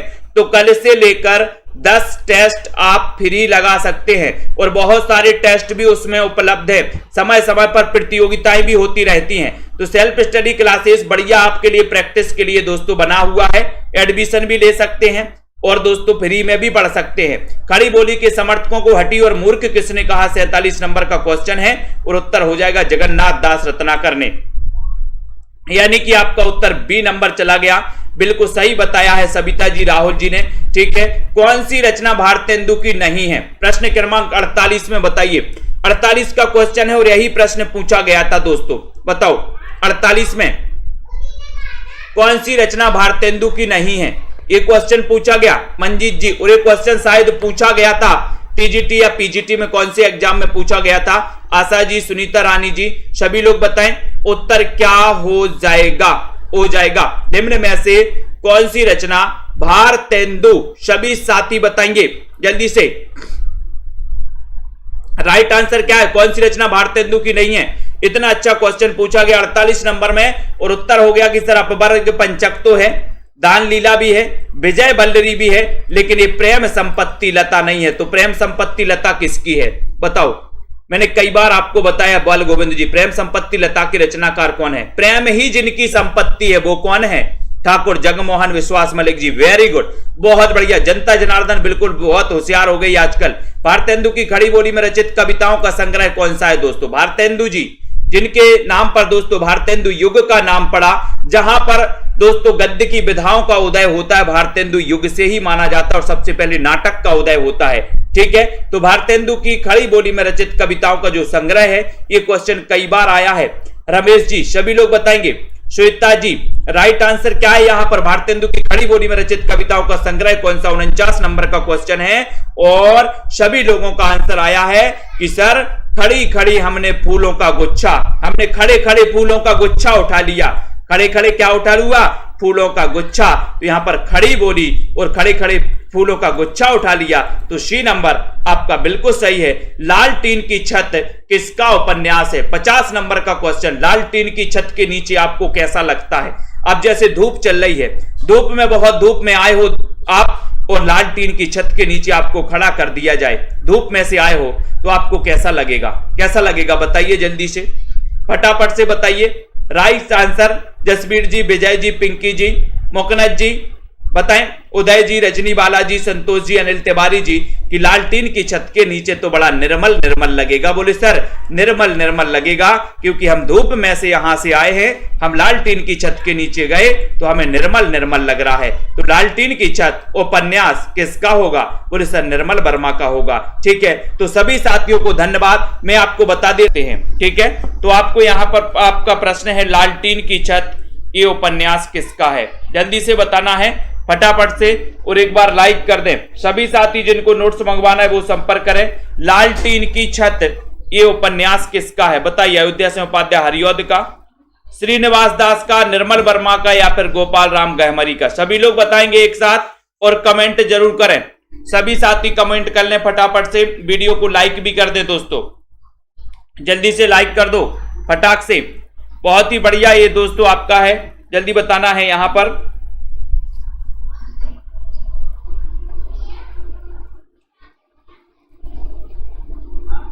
फटाफट से, तो यहां पर आपसे पूछा गया लाल टीन की छत ये उपन्यास किसका है? ये उपन्यास आपको बताना है। बहुत ही बढ़िया उपन्यास है लाल टीन की छत। अयोध्या सिंह उपाध्याय हरिऔध का है या फिर किसका है? तो अपन ने पढ़ा भी था, कल पढ़ा था कि सर ये लाल टीन की छत बड़ी निर्मल निर्मल लगती है, निर्मल निर्मल। ठीक है, तो निर्मल निर्मल यानी कि निर्मल वर्मा आपका राइट आंसर हो जाएगा, सी नंबर। नेक्स्ट देखो, नूतन ब्रह्मचारी किसका उपन्यास है? नूतन ब्रह्मचारी ये किसका उपन्यास है? जल्दी से बताइए, और एक बार लाइक भी करना है, सभी साथी लाइक करिए जल्दी से। नूतन ब्रह्मचारी ये किसका उपन्यास है? फटाफट से, बिल्कुल निर्मल है, बहुत बढ़िया। तो यहां पर उत्तर आ जाएगा कि सर अभी तक तो मैंने बाल ब्रह्मचारी सुना था, बाल, तो बाल से क्या बन जाएगा? बाल कृष्ण भट्ट, जिनका जन्म 1844 में हुआ था। ठीक है, हिंदी प्रदीप जो कि 1877 में दोस्तों ये प्रकाशित हुआ था, और आपको पता है कि इसके संपादक थे बालकृष्ण भट्ट जी। नेक्स्ट है, बंबई के मजदूर संगठनों के जीवन संघर्ष पर आधारित दोस्तों उपन्यास कौन सा है? बंबई के मजदूर संगठनों के जीवन संघर्ष पर आधारित उपन्यास कौन सा है? भागवती है क्या? देवरानी जेठानी की कहानी, आबा, या फिर इनमें से कोई नहीं? अच्छा क्वेश्चन है, प्रश्न क्रमांक 52 नंबर का है। सभी लोग लाइक जरूर करें, रतिपाल जी, लखविंदर जी, बंबई के मजदूर संगठनों के जीवन संघर्ष पर आधारित उपन्यास कौन सा है? 52 नंबर का क्वेश्चन है और 52 नंबर में आपने उत्तर बताया है कि सर वो उपन्यास है, अनीता जी बिल्कुल राइट, आंबा। और आंबा किसका उपन्यास है ये आपको ही बताना है। ये सी नंबर आपका बिल्कुल सही है, ठीक है। देवरानी जेठानी की कहानी ये तो अपन ने पढ़ी है, गौरी दत्त का है। भाग्यवती श्रद्धाराम फिल्लोरी का है, लेकिन आंबा आपको बताना है कि आंबा किसका उपन्यास है जो कि बंबई के मजदूर संगठनों के जीवन संघर्ष पर आधारित है। आंबा की बताना है। जिंदा मुहावरे ये उपन्यास किसका है? 53 नंबर का क्वेश्चन, जिंदा मुहावरे। छोटे लाल यादव जी बताइए, जो भी हमारे साथी टीजीटी पीजीटी आदि एग्जाम की तैयारी कर रहे हैं, जिंदा मुहावरे उपन्यास किसका है? 53 नंबर का क्वेश्चन है और बहुत ही बढ़िया क्वेश्चन आपसे पूछा गया है दोस्तों। नासिरा शर्मा, राही मासूम रजा, अलका सराबगी, फणीसुनाथ रेणु। 53 नंबर के क्वेश्चन में आपको चयन करना है जिंदा मुहावरे। बताइए, बहुत बढ़िया। चित्रा मुदगल का है, वेरी गुड। सभी लोगों ने बताया है कि आंबा का चित्र बनाना है, शशि त्रिपाठी जी, बहुत बढ़िया। तो जिंदा मुहावरे ये किसका उपन्यास है? 53 नंबर के क्वेश्चन में आपसे पूछा गया और आपने उत्तर दिया कि सर जिंदा मुहावरे का तो कोई सिरा ही नहीं है, यानी कि ना सिरा। तो ये नंबर टिक लगा दें। जनता जनार्दन कहां जा रही है? एक ही तरफ, बहुत बढ़िया। नेक्स्ट देखो, मनोविश्लेषणवादी कथाकार नहीं है तो कौन नहीं है? 54 नंबर का क्वेश्चन बताना है, फटाफट से बताइए। यहां पर 54 नंबर में किसकी सरकार बना रहे आप लोग? कहां जा रही जनता जनार्दन की वोट? मनोविश्लेषणवादी कथाकार कौन नहीं है? एक क्वेश्चन पूछा गया। बीनू सरोज जी, नोटा दबाना है, नोटा। नोटा में बताइए किसको दबाना है? नोटा, नोटा का बटन। बिल्कुल, जितना कठिन संघर्ष होगा जीत उतनी ही शानदार होगी, बिल्कुल सही है। मायाराम जी, मोहित जी, सभी लोग बताएं। और यहां पर आपने बताया कि सर जैनेन्द्र तो हैं, ईलाचंद जोशी भी हैं, अज्ञे भी हैं। नोटा दबाना है तो बोले सर ये नोटा चतुर में लगा दो, चतुर व्यक्ति के लिए नोटा, ठीक है। तो जनता जनार्दन ने वोट किया है बी नंबर में और बिल्कुल सही आंसर आ गया है, बहुत बढ़िया। अगला देखो, ज्ञान बोध के रचनाकार कौन है? ज्ञान बोध बताना है, ज्ञान बोध के रचनाकार कौन है? बहुत ही बढ़िया क्वेश्चन है। 55 नंबर का क्वेश्चन है और बचपन से लेकर 55 तक ज्ञान बोध के रचनाकार कौन है? बहुत सारी जनता जनार्दन यहां पर फेल होगी 55 नंबर के क्वेश्चन में। बताएं पुष्पा मौर्य जी, क्या हो जाएगा यहां पर सही आंसर? हरिओम जी, ज्ञान बोध के रचनाकार बताना है आपको, कौन माने जाते हैं ज्ञान बोध के? मुस्कान वर्मा जी, और बहुत सारे लोगों ने सही आंसर लगा दिया, यहां पर राइट आंसर लगा दिया मलूक दास, बहुत बढ़िया। यानी कि आपका जो मलूक दास है वो बिल्कुल सही है। ज्ञान का बोध हो गया मलूक दास को। ज्ञान का बोध किसको हो गया? मलूक दास को हो गया। B number correct. नीमा किस कवि की माता का नाम है? नीमा किस कवि की माता का नाम है? रहीम दास की, सूरदास की, कबीर दास की, या फिर मलूक दास की? 56 नंबर के क्वेश्चन में आपको उत्तर बताना है, नीमा किस कवि की माता का नाम है? प्रश्न है 56 नंबर और बहुत ही बढ़िया आपसे प्रश्न पूछा गया। लाइक कर दो हमारे सभी साथी। नीमा बताया आपने, 56 नंबर में राइट आंसर बता दिया कबीर। अब कबीर की बात आई है तो इनका जन्म भी बता दो और इनकी रचनाएं भी बता दो। सी नंबर, कबीरदास का जन्म कब हुआ था? नेक्स्ट, निरंजनी संप्रदाय के प्रवर्तक कवि कौन है? 57 नंबर का क्वेश्चन है। मुकनद जी, लखविंदर जी बताइए, आशा जी, निरंजनी संप्रदाय के प्रवर्तक कौन माने जाते हैं? हुसैन जी, रिंकू जी, आनंद जी, निरंजनी संप्रदाय के प्रवर्तक कौन है? दादू दयाल हैं, हरिदास हैं, गरीबदास हैं, सुंदरदास हैं, कौन माने जाते हैं? लाइक करते हुए शेयर जरूर करना है। नाविक जी, सिमरपाल जी, परविंदर दारसू जी, लाइक करिए, मित्रों को शेयर भी कर दीजिए हमारे साथी। 57 नंबर के क्वेश्चन में आपने जो उत्तर लगाया है वो लगाया हरिदास। हरिदास लगा दिया, बहुत बढ़िया। यानी कि आपका जो बी नंबर है हरिदास, ये बिल्कुल सही है। Haridas right answer. निरंजनी संप्रदाय के प्रवर्तक माने जाते हैं स्वामी हरिदास, इसे हरिदासी संप्रदाय भी कहा जाता है। बिल्कुल सही आंसर लगा दिया। आचार्य शुक्ल ने सूफी काव्य की प्रथम रचना किसे माना है? आचार्य शुक्ल ने सूफी काव्य की प्रथम रचना किसे माना? चंदायन को, मृगावती को, चित्रावली को, या फिर मधुमालती को? 58 नंबर का क्वेश्चन और आपको चयन करना है, बताओ। आचार्य शुक्ल ने सूफी काव्य की प्रथम रचना किससे माना है? और देखते हैं पूनम जी, मोहित जी, सोनू, KM जी, शुक्ल ने सूफी काव्य की प्रथम रचना किसे माना? 58 नंबर में। और सीधा सीधा आंसर जा रहा है कि सर मृगावती। मृगावती इसका रचना काल क्या है? मृगावती कुतुबन की रचना है, ये तो सभी को पता है, लेकिन इसका रचना काल क्या है ये आपको बताना है। प्रीति जी पुरोहित बताइए, ठीक है, बताएं। जनता जनार्दन के लिए क्वेश्चन है कि मृगावती का रचना काल क्या है? किस शब्द के एक से अधिक बार आने पर हर बार दोस्तों अलग अलग अर्थ होने पर कौन सा अलंकार होता है? यहां पर दिया है कि किसी शब्द के एक से अधिक बार आने पर और हर बार अलग अर्थ होने पर बताना है, वहां पर कौन सा अलंकार होता है? 59 का आंसर। और बहुत सारे लोगों ने बता दिया 1503, यानी कि मृगावती का रचना काल है 1503। बहुत बढ़िया, वेरी गुड। जनता जनार्दन काफी दोस्तों होशियार हो चुकी है इस बार। 59 नंबर का क्वेश्चन बताना है, लाइक करना है, self study classes app download कर लेना है। जिन भी साथियों को नोट्स मंगवाना है हिंदी साहित्य के, वो सभी साथी नोट्स मंगवा सकते हैं दोस्तों। यहां पर क्वेश्चन बढ़िया सा पूछा गया है आपसे और बढ़िया सा उत्तर भी आने चाहिए आपका। 59 नंबर के क्वेश्चन में आपने बताया यमक अलंकार, यानी कि वी नंबर लगा दिया। बहुत बढ़िया, बी नंबर सभी ने लगा दिया। जब उपमेय उपमान में भिन्नता होने पर भी दोस्तों समानता स्थापित की जाए, तब कौन सा अलंकार हो जाता है? उपमेय और उपमान में भी दोस्तों भिन्नता होते हुए भी समानता स्थापित की जाए, तब कौन सा अलंकार होता है? 60 नंबर। मैंने आपसे बोला था, सभी से क्या बोला था कि अलंकारों की परिभाषाएं याद करिए। देखते हैं किस किस ने की है। 60 नंबर के क्वेश्चन में कौन कौन सफल हो पाता है इस प्रश्न को लेकर के, बताओ। उपमेय और दोस्तों उपमान में भिन्नता होने पर भी समानता स्थापित की जाए, तब वहां कौन सा अलंकार होता है? 60 नंबर का क्वेश्चन है। अच्छा क्वेश्चन है। पूजा देवी जी, मोहित जी बताइए। नीतू सोलंकी जी, और ऐसे कितने साथी हैं जिनको एडमिशन लेना है? 1200 में 12 महीने, 1200 में 12 महीने दोस्तों की वैलिडिटी के साथ निरंतर अध्ययन कर सकते हो। हर संडे को टेस्ट होता है। साथ ही दोस्तों यहां पर आपके लिए बढ़िया सा 1200 में 12 महीने 15 अप्रैल से न्यू बैच स्टार्ट है। 10 तारीख तक ये ऑफर है, 10 अप्रैल तक, ठीक है। तो यहां पर आपने उत्तर लगा दिया है रूपक अलंकार, यानी कि आपका जो बी नंबर है वो बिल्कुल सही है। सरोज सीबी जी, अनुराग जी, पृथ्वीराज की आंखें शीर्षक नाटक के रचयिता कौन है? 61 नंबर का क्वेश्चन है। अनिल कुमार जी बताइए। गुरप्रीत जी, आशा जी, जसवीर जी, पृथ्वीराज की आंखें शीर्षक नाटक के रचयिता कौन है? 61 नंबर में बताना है।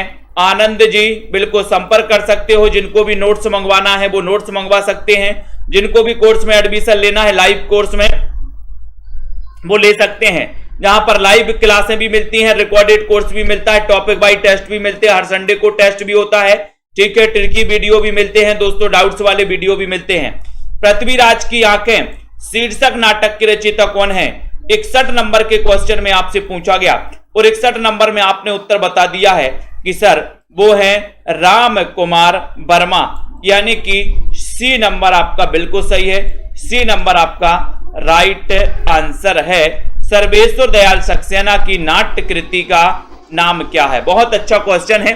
सर्वेश्वर दयाल सक्सेना की नाट्य कृति कौन सी है? रश्मि पाठक जी बताइए। आशा कुमावत जी, मनीषा जी, सीमा जी क्या हो जाएगा? सीमा जी, सीलू जी, पूनम जी, राजकुमारी जी। प्रश्न क्रमांक 62 नंबर का क्वेश्चन है। राशिद कुरैशी जी बताएं। सर्वेश्वर दयाल सक्सेना का नाटक बताना है, नाट्य रचना बताना है। वंदना सोनी, रिंकू वर्मा जी, सही आंसर यहां पर हो जाएगा तो क्या हो जाएगा?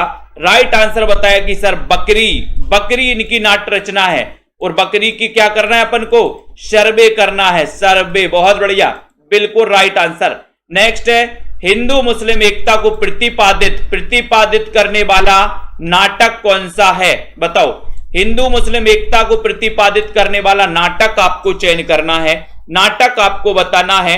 अर्चना लोधी जी, बबीता जी, यदुवंशी बताइए राइट आंसर क्या है यहां पर? गुरप्रीत जी, सभी लोग बताएं। वीरेंद्र जी, गुंजा जी, सुप्रिया पटेल जी, 63 नंबर का क्वेश्चन है। अच्छा क्वेश्चन है, सभी लोग बताएंगे और सीधा यहां पर आंसर जा रहा है 63 का कि सर हिंदू मुस्लिम एकता को प्रतिपादित करने वाला जो नाटक है वो नाटक है रक्षाबंधन। रचनाकार कौन है रक्षाबंधन नाटक के? ये बी नंबर का क्वेश्चन पूछा गया आपसे, बी नंबर में आपको बताना है। बताइए नेक्स्ट है भारतेंदु हरिश्चंद्र का कौन सा दोस्तों नाटक छहवें स्वरकृत चंड कौशिक के आधार पर लिखा गया? चंड कौशिक के आधार पर कौन सा नाटक लिखा गया बताएं। 64 नंबर का क्वेश्चन है पुष्पा जी, रेखा, ओम प्रकाश जी। सभी साथी जिनको भी नोट्स मंगवाना है दोस्तों वो जल्दी से नोट्स मंगवा सकते हैं अपने घर पर। बहुत ही बढ़िया तरीके से नोट्स बनाए गए हैं। भारतेंदु हरिश्चंद्र का वो नाटक कौन सा है जो छहवें स्वरकृत चंड कौशिक के आधार पर लिखा गया है? 64 नंबर में उत्तर बताना है, लाइक करना है, शेयर भी कर देना है। बलजीत जी, शिव कुमार जी, 64 नंबर का आंसर जा रहा है कि सर वो है सत्य हरिश्चंद्र। चंड कौशिक की दोस्तों छहवें स्वरकृत चंड कौशिक के आधार पर लिखा गया ये सत्य हरिश्चंद्र है। ये नंबर आपका सही है। अभिव्यक्ति की स्वतंत्रता का प्रश्न सुरेंद्र वर्मा के किस नाटक में आया है? अच्छा क्वेश्चन है। अभिव्यक्ति की स्वतंत्रता का प्रश्न सुरेंद्र वर्मा के किस नाटक में आया है? इतना अच्छा क्वेश्चन पूछा गया। सूर्य की अंतिम किरण से सूर्य की पहली किरण तक, 8वां सर्ग, नायक खलनायक विदूषक या फिर शकुंतला की अंगूठी। ये नाटक वर्मा जी के हैं, सुरेंद्र वर्मा जी के। किस नाटक में ये दोस्तों प्रश्न आया है ये आपको चयन करना है। सभी लोग बताएंगे, राइट आंसर क्लिक करना है। जनता जनार्दन देखते हैं कहां पर जाती है इस बार। 65 नंबर कौन से क्वेश्चन की, कौन से विकल्प की यहां पर दोस्तों क्या चल रही है बताइए। अभिव्यक्ति की स्वतंत्रता, बहुत बढ़िया। कमलाकांत जी ने बताया है, बी नंबर लगा दो सर। 8वां सर्ग, तो 8वां सर्ग में अभिव्यक्ति की स्वतंत्रता का प्रश्न उठाया गया, यानी कि बी नंबर आपका करेक्ट आंसर है। रॉबिन जी, रीना यादव जी, बहुत बढ़िया, वेरी गुड। नेक्स्ट है हिंदी का प्रथम दुखांत नाटक कौन सा? इतना सरल क्वेश्चन पूछा गया तो सभी लोग आंसर चयन करेंगे। बिमलेश कुमारी जी, रितेश, बीनू जी, सुरेखा, निषाद जी, अनीता जी, गुंजा चौरसिया जी। हिंदी का प्रथम दुखांत नाटक कौन सा है? ये क्वेश्चन पूछा गया। कुमकुम जी, शेयर भी कर दो सभी साथी, सब्सक्राइब कर लिया करो, बेल आइकन को भी दबा दिया करो ताकि दोस्तों इंफॉर्मेशन सही समय पर आपके मोबाइल में पहुंचेगा नोटिफिकेशन। हिंदी का प्रथम दुखांत नाटक आपको चयन करना है। ये रोज 9 बजे क्लास होती है। सभी लोग बताइए, जल्दी से बताना है। 8वां सर्ग का देखो, स्वतंत्रता की अभिव्यक्ति। जब आप सर्ग पढ़ोगे, सर्ग जाओगे 8वें स्वर्ग में, स्वर्ग कर लो इसको स्वर्ग, उस स्वर्ग में जाओगे तो आपको अभिव्यक्ति की स्वतंत्रता मिलेगी। कहां जाओगे? स्वर्ग में। स्वर्ग 8वां स्वर्ग है ना, स्वर्ग जाना है तो आपको अभिव्यक्ति की स्वतंत्रता मिलेगी, और नरक जाओगे तो अभिव्यक्ति की स्वतंत्रता नहीं मिलेगी। तो 8वें स्वर्ग में जाना है जब आपको अभिव्यक्ति की स्वतंत्रता मिलेगी। ठीक है, ऐसे देखो हिंदी का प्रथम दुखांत नाटक 66 नंबर का क्वेश्चन है। बार बार गलत नहीं करना है अनिल कुमार जी।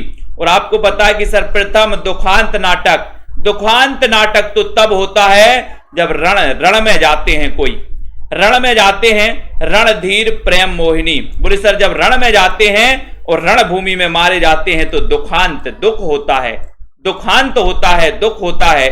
ठीक है, तो दुखांत और दुख, रणधीर प्रेम मोहिनी आपका बिल्कुल सही है। ठीक है, नेक्स्ट देखो, चरण कमल समास पद के लिए समास विग्रह का बताइए। समास विग्रह का पद कौन सा होगा यहां पर? चरण रूपी कमल। बताइए सभी लोग बताएं, चरण और कमल, चरण पर कमल या फिर चरण में कमल। 67 नंबर का क्वेश्चन क्रांति जी बताइए क्या है यहां पर? विवेक जी, ममता जी, चरण कमल समास में 67 नंबर का क्वेश्चन है। सभी का आंसर आने चाहिए, सभी लोग लाइक भी कर दें। और आपको पता है कि सर यहां पर उत्तर हो जाएगा चरण रूपी कमल, यानी कि ये नंबर जिन्होंने भी टिक लगाया है वो बिल्कुल सही है। ये नंबर आपका राइट आंसर है। कौन सा क्रम सही नहीं है बताओ? कौन सा क्रम सही नहीं है? कर्मनिष्ठ, अधिकरण तत्पुरुष, पुरुषोत्तम, बहुब्रीहि समास, आपाद मस्तक, अव्ययीभाव समास, मंद बुद्धि, कर्मधाराय समास। तो यहां पर पूछा गया है आपसे कौन सा क्रम सही नहीं है 68 नंबर के क्वेश्चन में। तो बताएं कौन सा सही नहीं है। देखते हैं कौन कौन बताएंगे यहां पर। राखी जी, वीरेंद्र जी, आशा कुमावत जी, सही आंसर बताना है। मंजू जी, प्रेमांशु जी, सभी लोग बताएं और लाइक जरूर कर देवें जल्दी जल्दी से। शेयर भी कर दो अपने मित्रों तक। दोस्तों ये क्लास रोज रात्रि 9 बजे होती है और जिनको भी पेड क्लास में एडमिशन लेना है 1200 में 12 महीने का ऑफर चल रहा है। 15 तारीख से 15 अप्रैल से न्यू बैच है, ठीक है। तो पढ़ाई तैयारी कर सकते हैं। न्यू बैच बहुत देर में शुरू होता है दोस्तों, इसलिए इंतजार अब खत्म हो चुका है आपका 68 नंबर का क्वेश्चन में। और 68 में आपका सीधा आंसर जा रहा कि सर पुरुषोत्तम, ये गलत है। पुरुषोत्तम में बहुव्रीहि समास नहीं है, यानी कि बी नंबर आपका सही हो जाता है, जो कि आपने भी बिल्कुल सही बताया है, ठीक है। रीमा यादव जी, सी नहीं बी पुरुषोत्तम, ठीक है।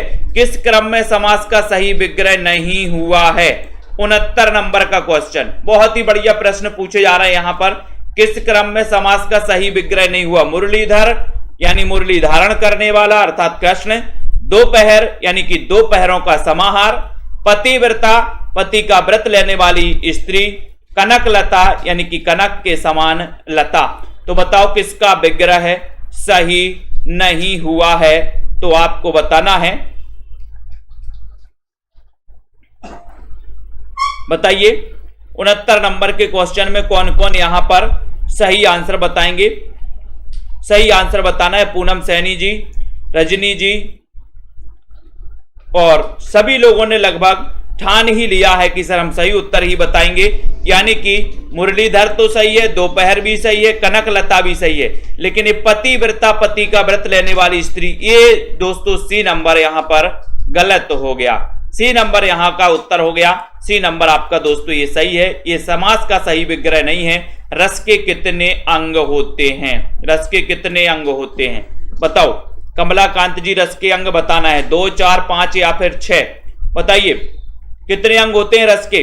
2 होते हैं, 4 होते हैं, या फिर इंदु जी बताइए। संदीप विश्वकर्मा जी, सोनिया प्रजापति जी, रस आपने पढ़े हैं, भरत मुनि ने 8 रसों की चर्चा की है, जिनमें शांत रस नहीं माने दोस्तों, है ना।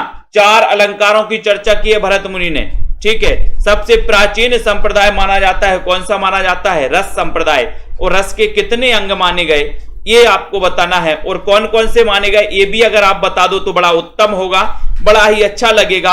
आपने बताया कि सर रस के अंग होते हैं 4 होते हैं, यानी कि वी नंबर आपका बिल्कुल करेक्ट आंसर है। वाक्यम रसात्मकम काव्यम कहने वाला आचार्य कौन है? 71 नंबर का क्वेश्चन, बहुत ही बढ़िया प्रश्न है। वाक्यम रसात्मकम काव्यम कहने वाले जो आचार्य हैं वो आचार्य कौन है? 71 नंबर का क्वेश्चन है, सभी लोग बताएंगे। बहुत ही बढ़िया प्रश्न है दोस्तों यहां पर। वाक्यम रसात्मकम काव्यम 71 नंबर में देखते हैं कौन कौन सही आंसर चयन कर पा रहा है, कौन कौन उत्तर नंबर लगा रहा है। और उत्तर है कि सर ये आचार्य विश्वनाथ लगा दो, ये बी नंबर आपका करेक्ट है। हालाते कन्हैया किसकी रचना है?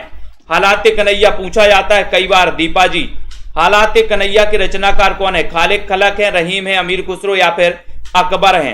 कौन बताएगा? जनता जनार्दन किसकी ओर जाएगी? लाइक करते रहें दोस्तों, शेयर भी करते रहें। 72 नंबर का क्वेश्चन है, 72 में आपको चयन करना है और शेयर भी कर देना है। और उत्तर आ रहा है कि सर हालाते कन्हैया, है ना। सभी लोग बताएंगे हालाते कन्हैया के रचनाकार कौन है? 1200 में 12 महीने, 1200 में 12 महीने का ऑफर चल रहा है अभी आपके लिए, ठीक है। पढ़ सकते हो, निरंतर अध्ययन कर सकते हो। हालाते कन्हैया अमीर खुसरो, यानी कि सी नंबर, ठीक है। सी नंबर आपका सही आंसर लगाया है संतोष जी। प्रबंध चिंतामणि के रचयिता कौन है? 73 नंबर का क्वेश्चन है, बहुत ही बढ़िया क्वेश्चन है। शेयर कर दो अपने साथियों तक दोस्तों, वीडियो को लाइक भी कर दो। हिंदी साहित्य के संपूर्ण कोर्स के जिनको भी नोट्स मंगवाना है वो नोट्स मंगवा सकते हैं, संपर्क कर सकते हैं दोस्तों। अपने घर 1 सप्ताह में आपके घर नोट्स पहुंच जाएंगे बाई पोस्ट, ठीक है। तो बताएं प्रबंध चिंतामणि के रचनाकार कौन माने जाते हैं? 15 अप्रैल से न्यू बैच स्टार्ट हो रहा है, तो न्यू बैच में आप शामिल हो सकते हैं। न्यू बैच बड़ी मुश्किल में दोस्तों स्टार्ट हो पाता है, ठीक है। तो आप लोग शामिल जरूर हों। प्रबंध चिंतामणि के रचनाकार कौन है? 73 नंबर का क्वेश्चन, और बहुत ही बढ़िया क्वेश्चन है कि सर हमें मेरू का प्रबंध करना। मेरू, मेरू मतलब क्या होते? पर्वत शिखर। तो मेरू का क्या करना है? पर्वत। ये प्रबंध करना है, तो प्रबंध की चिंता है। काय की चिंता? मेरु के प्रबंध की चिंता। तो मेरु तुंग मनोहर में कौन सी संधि है? 74 नंबर का क्वेश्चन। ओम प्रकाश जी बताइए, क्षमा नायक जी, मनोहर में कौन सी संधि मानी जाती है? एक क्वेश्चन आपसे पूछा गया। सुनीता जी सही आंसर क्या है? कुमारी नेहा जी, मंजीत जी, सभी लोग बताएं। ट्रिक भी समाहित किए गए हैं मंजीत जी, ट्रिक भी बीच बीच में जहां जैसी ट्रिक बनती गई है तो नोट्स में ट्रिक भी निकाली गई है। मनोहर में कौन सी संधि है? 74 नंबर का क्वेश्चन है। तो आपने बताया है कि सर मनोहर में संधि पूछ रहे, यानी कि आप विसर्ग संधि लगा दो, सी नंबर लगा दो, विसर्ग संधि आपका बिल्कुल सही हो जाएगा, सी नंबर। ठीक है, निःसंदेह शब्द का संधि विच्छेद क्या होगा? 75 नंबर का क्वेश्चन। इतने अच्छे क्वेश्चन आपसे पूछे जा रहे हैं, बढ़िया बढ़िया से क्वेश्चन है, व्याकरण भी है बीच बीच में। ठीक है, निस्संदेह में संधि विच्छेद आपसे पूछा गया। नित्य धन संदेह, नेहधन संदेह या फिर नेहधन देह, या इनमें से कोई नहीं? बताइए नितेंद्र कुमार जी, 75 नंबर का क्वेश्चन। और सीधा सीधा आंसर जा रहा है कि सर ये नेह धन संदेह हो जाएगा, नेह धन संदेह। जसवीर जी बी नंबर सही हो जाएगा, यहां पर नेह धन संदेह आपका राइट आंसर हो जाएगा। ठीक है, अगला देखो, छायावाद शब्द का सबसे पहले प्रयोग किसने किया? छायावाद शब्द का सबसे पहले प्रयोग किसने किया? जयशंकर प्रसाद ने, मुकुटधर पांडे ने, सुमित्रानंदन पंत या फिर श्रीधर पाठक ने? बहुत ही बढ़िया क्वेश्चन है। 1918 से लेकर के 1936 का जो युग माना जाता है वो माना जाता है छायावाद का युग, जिसके प्रवर्तक जयशंकर प्रसाद माने जाते हैं। आचार्य शोभन ने मुकुटधर पांडे को माना दोस्तों। लेकिन यहां पर छायावाद शब्द की बात हो रही है तो आप क्या उत्तर बताते हो? देखने वाली बात यह है कि जनता जनार्दन आखिर कहां जाती है, किस विकल्प की ओर आगे बढ़ रही है? सोनू केएम जी बिल्कुल सही आंसर बताया है कि सर छायावाद शब्द का सबसे पहले प्रयोग तो किया था मुकुटधर पांडे ने। स्वच्छंदतावाद शब्द का सबसे पहले प्रयोग तो किया था मुकुटधर पांडे ने, लेकिन छायावाद के जो प्रवर्तक हैं वो कौन है? जयशंकर प्रसाद। यानी कि इस प्रश्न का उत्तर तो आपका बी नंबर है। जिन्होंने भी बताया उनका आंसर बिल्कुल सही है। तुलसीदास किसकी रचना है दोस्तों? तुलसीदास एक खंड काव्य है और तुलसीदास एक कवि भी हैं, लेकिन यहां पर तुलसीदास रचना पूछी गई तो तुलसीदास ये बताइए किसकी रचना है? खंड काव्य है, कई बार पूछा गया है, पूछा बताना है आपको। गीता देवी जी, सोनिया जी बताएं। 77 नंबर के क्वेश्चन में लाइक करते हुए आगे बढ़ना है और तुलसीदास ये किसकी रचना है ये भी आपको बताना है। और सीधा सीधा आंसर आपका जा रहा है कि सर ये तुलसीदास बड़ा निराला कवि था, निराला कवि था। ये बी नंबर मैंने आपको बताया है कई बार कि तुलसीदास अपनी पत्नी रत्नावली से बहुत प्रेम करते थे दोस्तों, बहुत प्रेम करते थे, इतना प्रेम करते थे, इतना प्रेम करते थे कि जब इनकी पत्नी रत्नावली एक बार मायके गई तो तुलसीदास से रहा नहीं गया और एक दो दिन में मायके पीछे पीछे पहुंच गए। नदी चढ़ी थी दोस्तों, मुर्दा पर बैठकर नदी पार कर गए। रस्सी, सांप को रस्सी समझकर दोस्तों इनके घर में चढ़ गए ऊपर। रत्नावली ने कहा कि इतना प्रेम करते हो आप हमसे, इतना प्रेम अगर भगवान श्री राम से करोगे तो भव सागर से तर जाओगे। तुलसीदास ने पता है क्या बोला? हद तेरी की, जिसके लिए मैंने नदी नहीं देखी, जिसके लिए मैंने सांप नहीं देखा, जिसके लिए मैंने अंधेरी रात नहीं देखी, वो ये बोल रही है। छोड़ छाड़ के तुलसीदास निकले और चित्रकूट के घाट पे भाई संतन की भीड़, तुलसीदास चंदन घसे तिलक देत रघुबीर। तो यहां पर बी नंबर दोस्तों मैंने आपसे कई बार बताया है कि सूफी काव्य धारा में क्या हुआ है कि पत्नी को दोस्तों, पत्नी को ये जो ईश्वर की पूजा की है वो पत्नी के रूप में की है। यानी कि जिस प्रकार से एक प्रेमी का प्रेमिका से, प्रेमिका का प्रेमी से दोस्तों मिलने का जो उत्सुकता होती है, जो दोस्तों उनकी वो होती है, उसी प्रकार से अगर भगवान के प्रति अगर आपकी उत्सुकता, आपकी श्रद्धा बढ़ जाए तो मैंने कहा था कि भगवान स्वयं आपके दोस्तों सामने खड़े हो जाएंगे। जैसे तुलसीदास जी की श्रद्धा, जितना प्रेम उन्होंने पत्नी से किया उससे ज्यादा प्रेम कहीं भगवान श्री राम के उसमें लगा दिया तो भगवान खुद स्वयं आते हैं तिलक देने। ठीक है, तो तिलक देत रघुबीर। नए पत्ते कैसे होते हैं? बोले सर नए पत्ते की बात मत करो, नए पत्ते तो निराले होते हैं, निराले होते हैं। यानी कि बी नंबर निराला आपका राइट आंसर हो जाता है, बी नंबर आपका बिल्कुल सही हो जाता है। हिंदी के विशाल मंदिर की वीणा पाणी किसे कहा जाता है दोस्तों? 79 का क्वेश्चन बताना है अनिल कुमार जी, लाइक करना है। निराला, रामेश्वर, जयशंकर प्रसाद या फिर महादेवी वर्मा। हिंदी के विशाल मंदिर की वीणा पाणी किसे कहा जाता है? तो उत्तर चयन करना है और लाइक करना है। बिल्कुल धिक धिक ऐसे प्रेम को, बहुत बढ़िया, शेयर कर दीजिए जल्दी से। कमलाकांत जी, तनु जी, क्या हो जाएगा? जिन भी साथियों को नोट्स मंगवाना है, हिंदी साहित्य के नोट्स मंगवा सकते हैं। और जिन भी साथियों को लाइव कोर्स में एडमिशन लेना है वो 1200 में 12 महीने के इस लाइव कोर्स में एडमिशन ले सकते हैं, न्यू बैच में एडमिशन ले सकते हैं। हिंदी के विशाल मंदिर की वीणा पाणी महादेवी वर्मा को कहा जाता है, जिनका जन्म हुआ था 1907 में, जिनकी रचनाओं में निहार, नीरजा, रश्मि, सांदगीत, दीपशिखा और दोस्तों इनकी रचनाओं का संग्रह यामा। यामा के लिए इन्हें 1982 में ज्ञानपीठ पुरस्कार भी मिल जाता है दोस्तों। साथ ही सप्तपर्णा भी एक इनकी रचना है, किसकी? महादेवी वर्मा, जो कि छायावाद की 4 आधार स्तंभों में एक नाम इनका भी आता है, जिनकी एक रश्मि रचना है जो बौद्ध धर्म से प्रभावित मानी जाती है। और दोस्तों सबसे ज्यादा रहस्यवाद से प्रभावित मानी जाती है, तो वो कौन मानी जाती हैं? महादेवी वर्मा। ठीक है। हरी घास पर क्षण भर शीर्षक काव्य संकलन के रचनाकार कौन है? 80 नंबर का क्वेश्चन है, शेयर कर दो अपने साथियों तक। राखी जी, आराधना जी, अर्चना श्रीवास्तव जी, कुमारी नेहा जी, बहुत ही अच्छा क्वेश्चन है। हरी घास पर क्षण भर शीर्षक काव्य संकलन के रचनाकार कौन है? इतना अच्छा क्वेश्चन पूछा गया और इतना अच्छा हरी घास पर क्षण भर। और 80 नंबर में आपका उत्तर हो जाता कि सर अज्ञे लगा दो, यानी कि आप बी नंबर, सी नंबर लगा दो, अज्ञे लगा दो। ठीक है।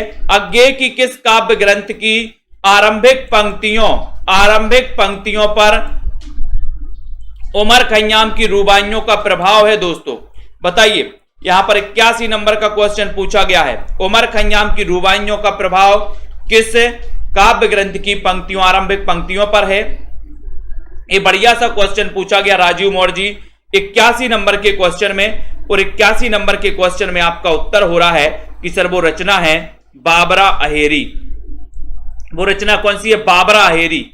ठीक है। और बाबरा अहेरी की आरंभिक पंक्तियों पर उमर खय्याम की रूबाइयों का प्रभाव है। अज्ञे की श्रेष्ठतम कविता कौन सी है? श्रेष्ठतम कविता बताना है, कौन सी है? बंचन के दुर्ग, असाध्य वीणा, मिट्टी की या फिर विश्वप्रिया। थोड़ा सा फटाफट से जल्दी से बताएंगे अज्ञे की श्रेष्ठतम कविता कौन सी है। 82 नंबर के क्वेश्चन में आपको चयन करना है और आपका उत्तर जा रहा है, बताइए सही आंसर क्या है? यहां पर उत्तर चला गया बी, असाध्य वीणा। असाध्य वीणा वी नंबर आपका। बहुत ही बढ़िया क्वेश्चन है। ठीक है। नीतू जी सोलंकी, कवियों का कवि किसे कहा जाता है? 83 नंबर का क्वेश्चन, कवियों का कवि किसे कहा जाता है? अज्ञे को, शमशेर, मुक्तिबोध या फिर निराला? कई बार इस क्वेश्चन को पढ़ चुके हैं। शमशेर बहादुर जी के बारे में सभी को पता है दोस्तों।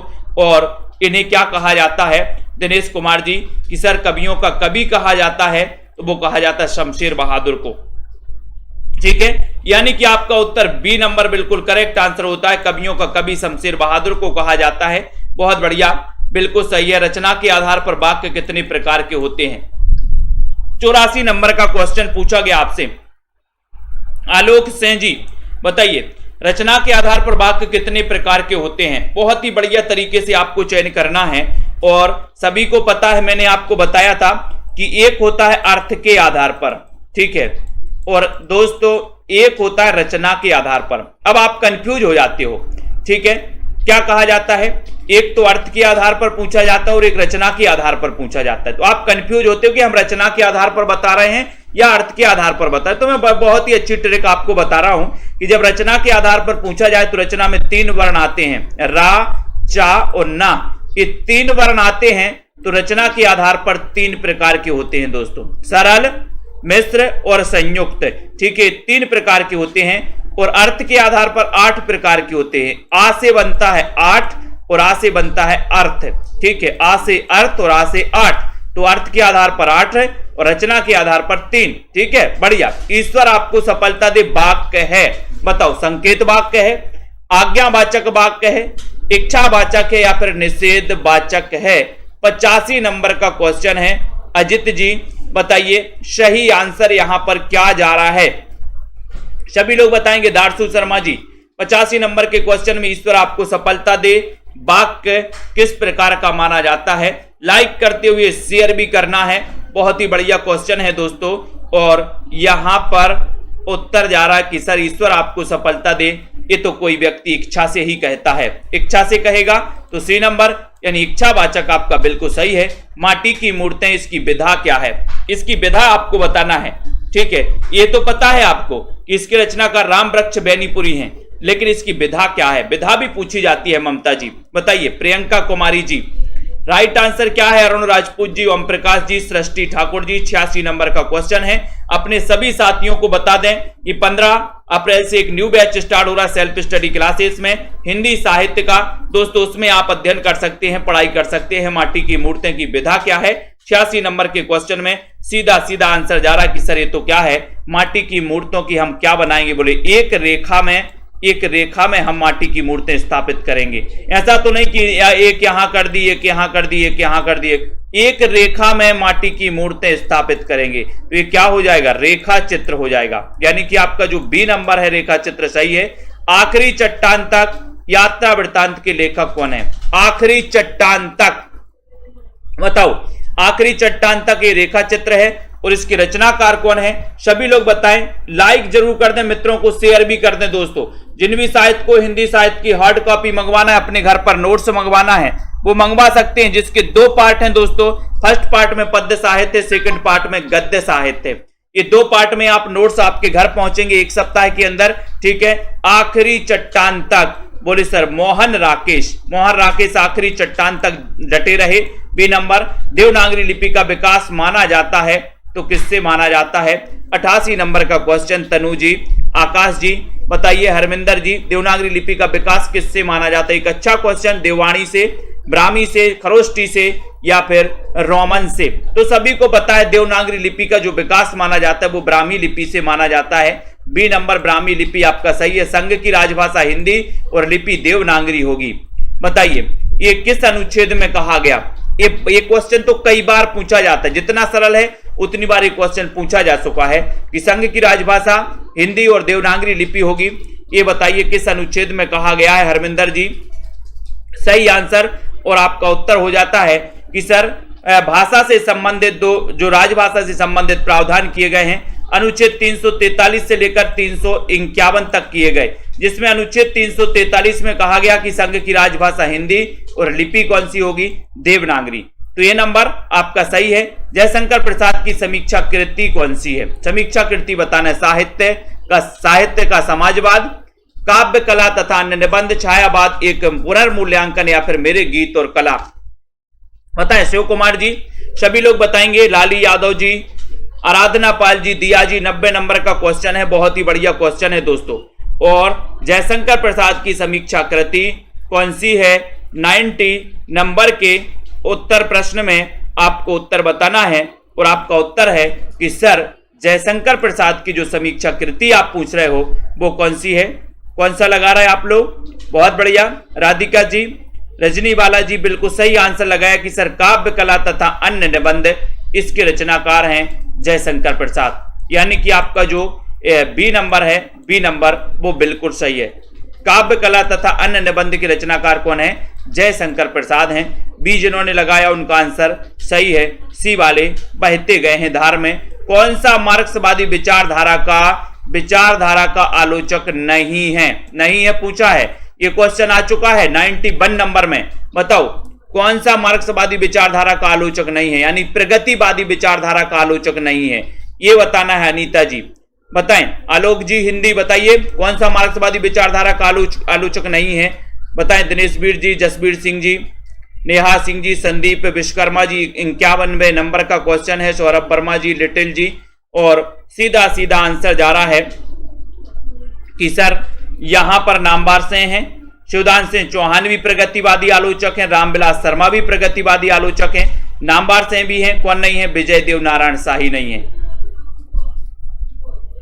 उत्तर चला गया डी की तरफ। डी नंबर सही है। धनवान का विलोम क्या होगा? धनवान का विलोम 92 का अकिंचन होगा, किंकर, कंचन या फिर धनाढ़ होगा। क्या हो जाएगा धनवान का विलोम? मिंकी जी बताइए। परमिंदर जी, अर्चना श्रीवास्तव जी। 92 नंबर का क्वेश्चन है, धनवान का विलोम शब्द क्या हो जाएगा यहां पर? और सीधा सीधा क्वेश्चन है। सुनीता प्रजापति जी लाइक करते हुए शेयर करिए और 92 का उत्तर आपको बताना है उत्तर चला जाता है कि सर धनवान का विलोम होता है आकिंचन। आकिंचन बताया जिन्होंने उनका आंसर तो सही है, और किंकर बताया वो नहीं है, ये भी छोड़ो ये भी छोड़ो, उत्तर हो गया आकिंचन। धनवान का विलोम होता आकिंचन, तो ये नंबर आपका करेक्ट और राइट आंसर है।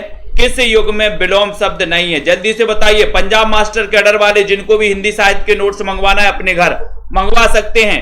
टीजीटी पीजीटी वाले, एलटी ग्रेड वाले, एचपी कमीशन वाले, हमारे साथी उत्तराखंड एलटी वाले, जिनको भी हिंदी साहित्य के नोट्स अपने घर मंगवाना है आप मंगवा सकते हैं, संपर्क कर सकते हैं यहां पर। ठीक है मिस्टर जी, किस युग में विलोम शब्द नहीं है, ये 93 नंबर का क्वेश्चन आपसे पूछा गया। 93 नंबर में आपको यहां पर चयन करना है और बताइए। योग में पूछा गया प्रवृत्ति का निवृत्ति, बहिरंग का अंतरंग, प्रत्यक्ष का परवर्ती, या फिर पदोन्नत का दोस्तों पदोन्नत। बताइए कौन सा सही नहीं है, और आपने चयन किया कि सर प्रत्यक्ष का परवर्ती, ये सही नहीं है, यानी सी नंबर जनता जनार्दन की ओर से सी नंबर उत्तर चयन किया गया, जो कि बिल्कुल सही है। नीम हकीम खतरे जान, इसका अर्थ क्या है? 94 नंबर का क्वेश्चन है, नीम हकीम खतरे जान, इसका अर्थ क्या है? बताइए जल्दी से लखविंदर कौर जी। प्रश्न क्रमांक 94 नंबर का क्वेश्चन है, नीम हकीम खतरे जान, इसका अर्थ क्या है? डींग हाँकना, बीमारी का गलत इलाज होना, खतरनाक चीजें, या फिर अल्प विद्या भयंकर। 94 नंबर के क्वेश्चन में लाइक करिए जल्दी से। नीम हकीम खतरे जान, इसका अर्थ क्या है ये बताना है, और उत्तर होगा आपका डी नंबर की ओर जा रहा है आपका उत्तर कि सर अल्प विद्या भयंकर होती है। डी नंबर आपका बिल्कुल सही है, डी नंबर राइट, बहुत बढ़िया। हिंदी साहित्य में छंद शास्त्र की दृष्टि से पहली कृति कौन सी मानी जाती है दोस्तों?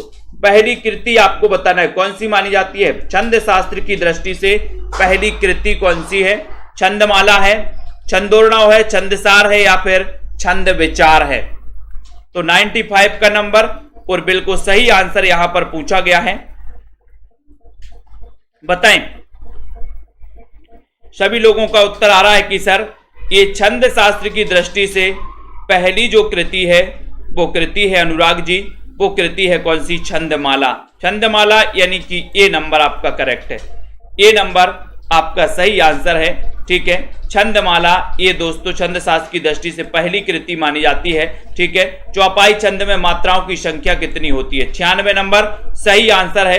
यही चौपाई अपभ्रंश में 15 मात्राओं का छंद होता है दोस्तों अपभ्रंश में, और यही चौपाई हिंदी में कितनी मात्राओं का होता है ये आपसे पूछा गया है।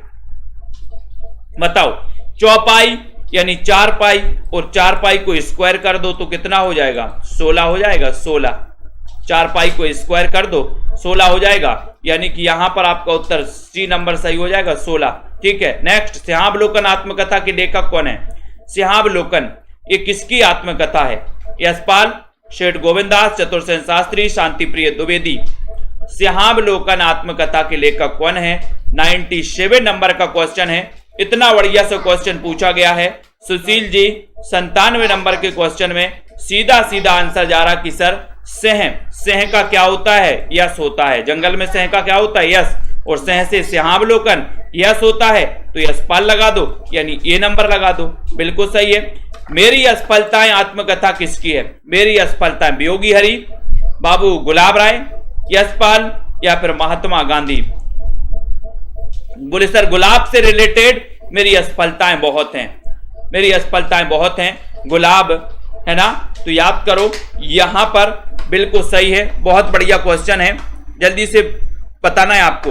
मेरी असफलताएं आत्मकथा किसकी है? 98 का बाबू गुलाब राय, यानी बी नंबर बाबू गुलाब राय आपका सही है। अकाल पुरुष गांधी किसने इस जीवनी की रचना की है? अकाल पुरुष गांधी के रचनाकार कौन है? ये जीवनी की रचना किसने की है ये आपको बताना है। दोस्तों हम आपको बता दें कि जिन भी साथियों को एडमिशन लेना है, निरंतर अध्ययन करना है, विस्तृत पढ़ना है, टॉपिक वाइज टेस्ट लगाना है, ट्रिक से पढ़ना है, तो 1200 में 12 महीने के इस कोर्स में आप एडमिशन ले सकते हैं। 10 अप्रैल तक ये ऑफर है, 15 अप्रैल से न्यू बैच स्टार्ट होगा। ठीक है, उसमें आप दोस्तों पढ़ सकते हैं। शुरुआत से हिंदी भाषा से आपको पढ़ाया जाएगा, देवनागरी लिपि और उसके आगे के टॉपिक। तो अकाल पुरुष गांधी इसके जो लेखक हैं वो लेखक हैं कौन? कौन है? जैनेन्द्र कुमार। बी नंबर, बहुत बढ़िया। तुलसीदास चंदन घिसें, इसके लेखक कौन है? 100 नंबर का क्वेश्चन है। तुलसीदास चंदन घिसें, इसके लेखक कौन माने जाते हैं? अनीता जी बताएं। विद्यानिवास मिश्र हैं, हरिशंकर परसाई हैं, कुबेर नाथ हैं, या फिर इनमें से कोई नहीं? अनुज जी, बीना तिवारी जी बताइए, सरोज मंजू जी, रंजीत जी, छोटेलाल यादव जी। तुलसीदास चंदन घिसें, इसके लेखक कौन है? और बहुत ही बढ़िया क्वेश्चन है, और देखते हैं कौन कौन बता रहा है। तुलसीदास चंदन घिसें, बहुत सारे लोग गलत बताएंगे यहां पर, लेकिन बहुत सारे लोगों ने सही बताया है कि सर ये हरिशंकर परसाई हैं, यानी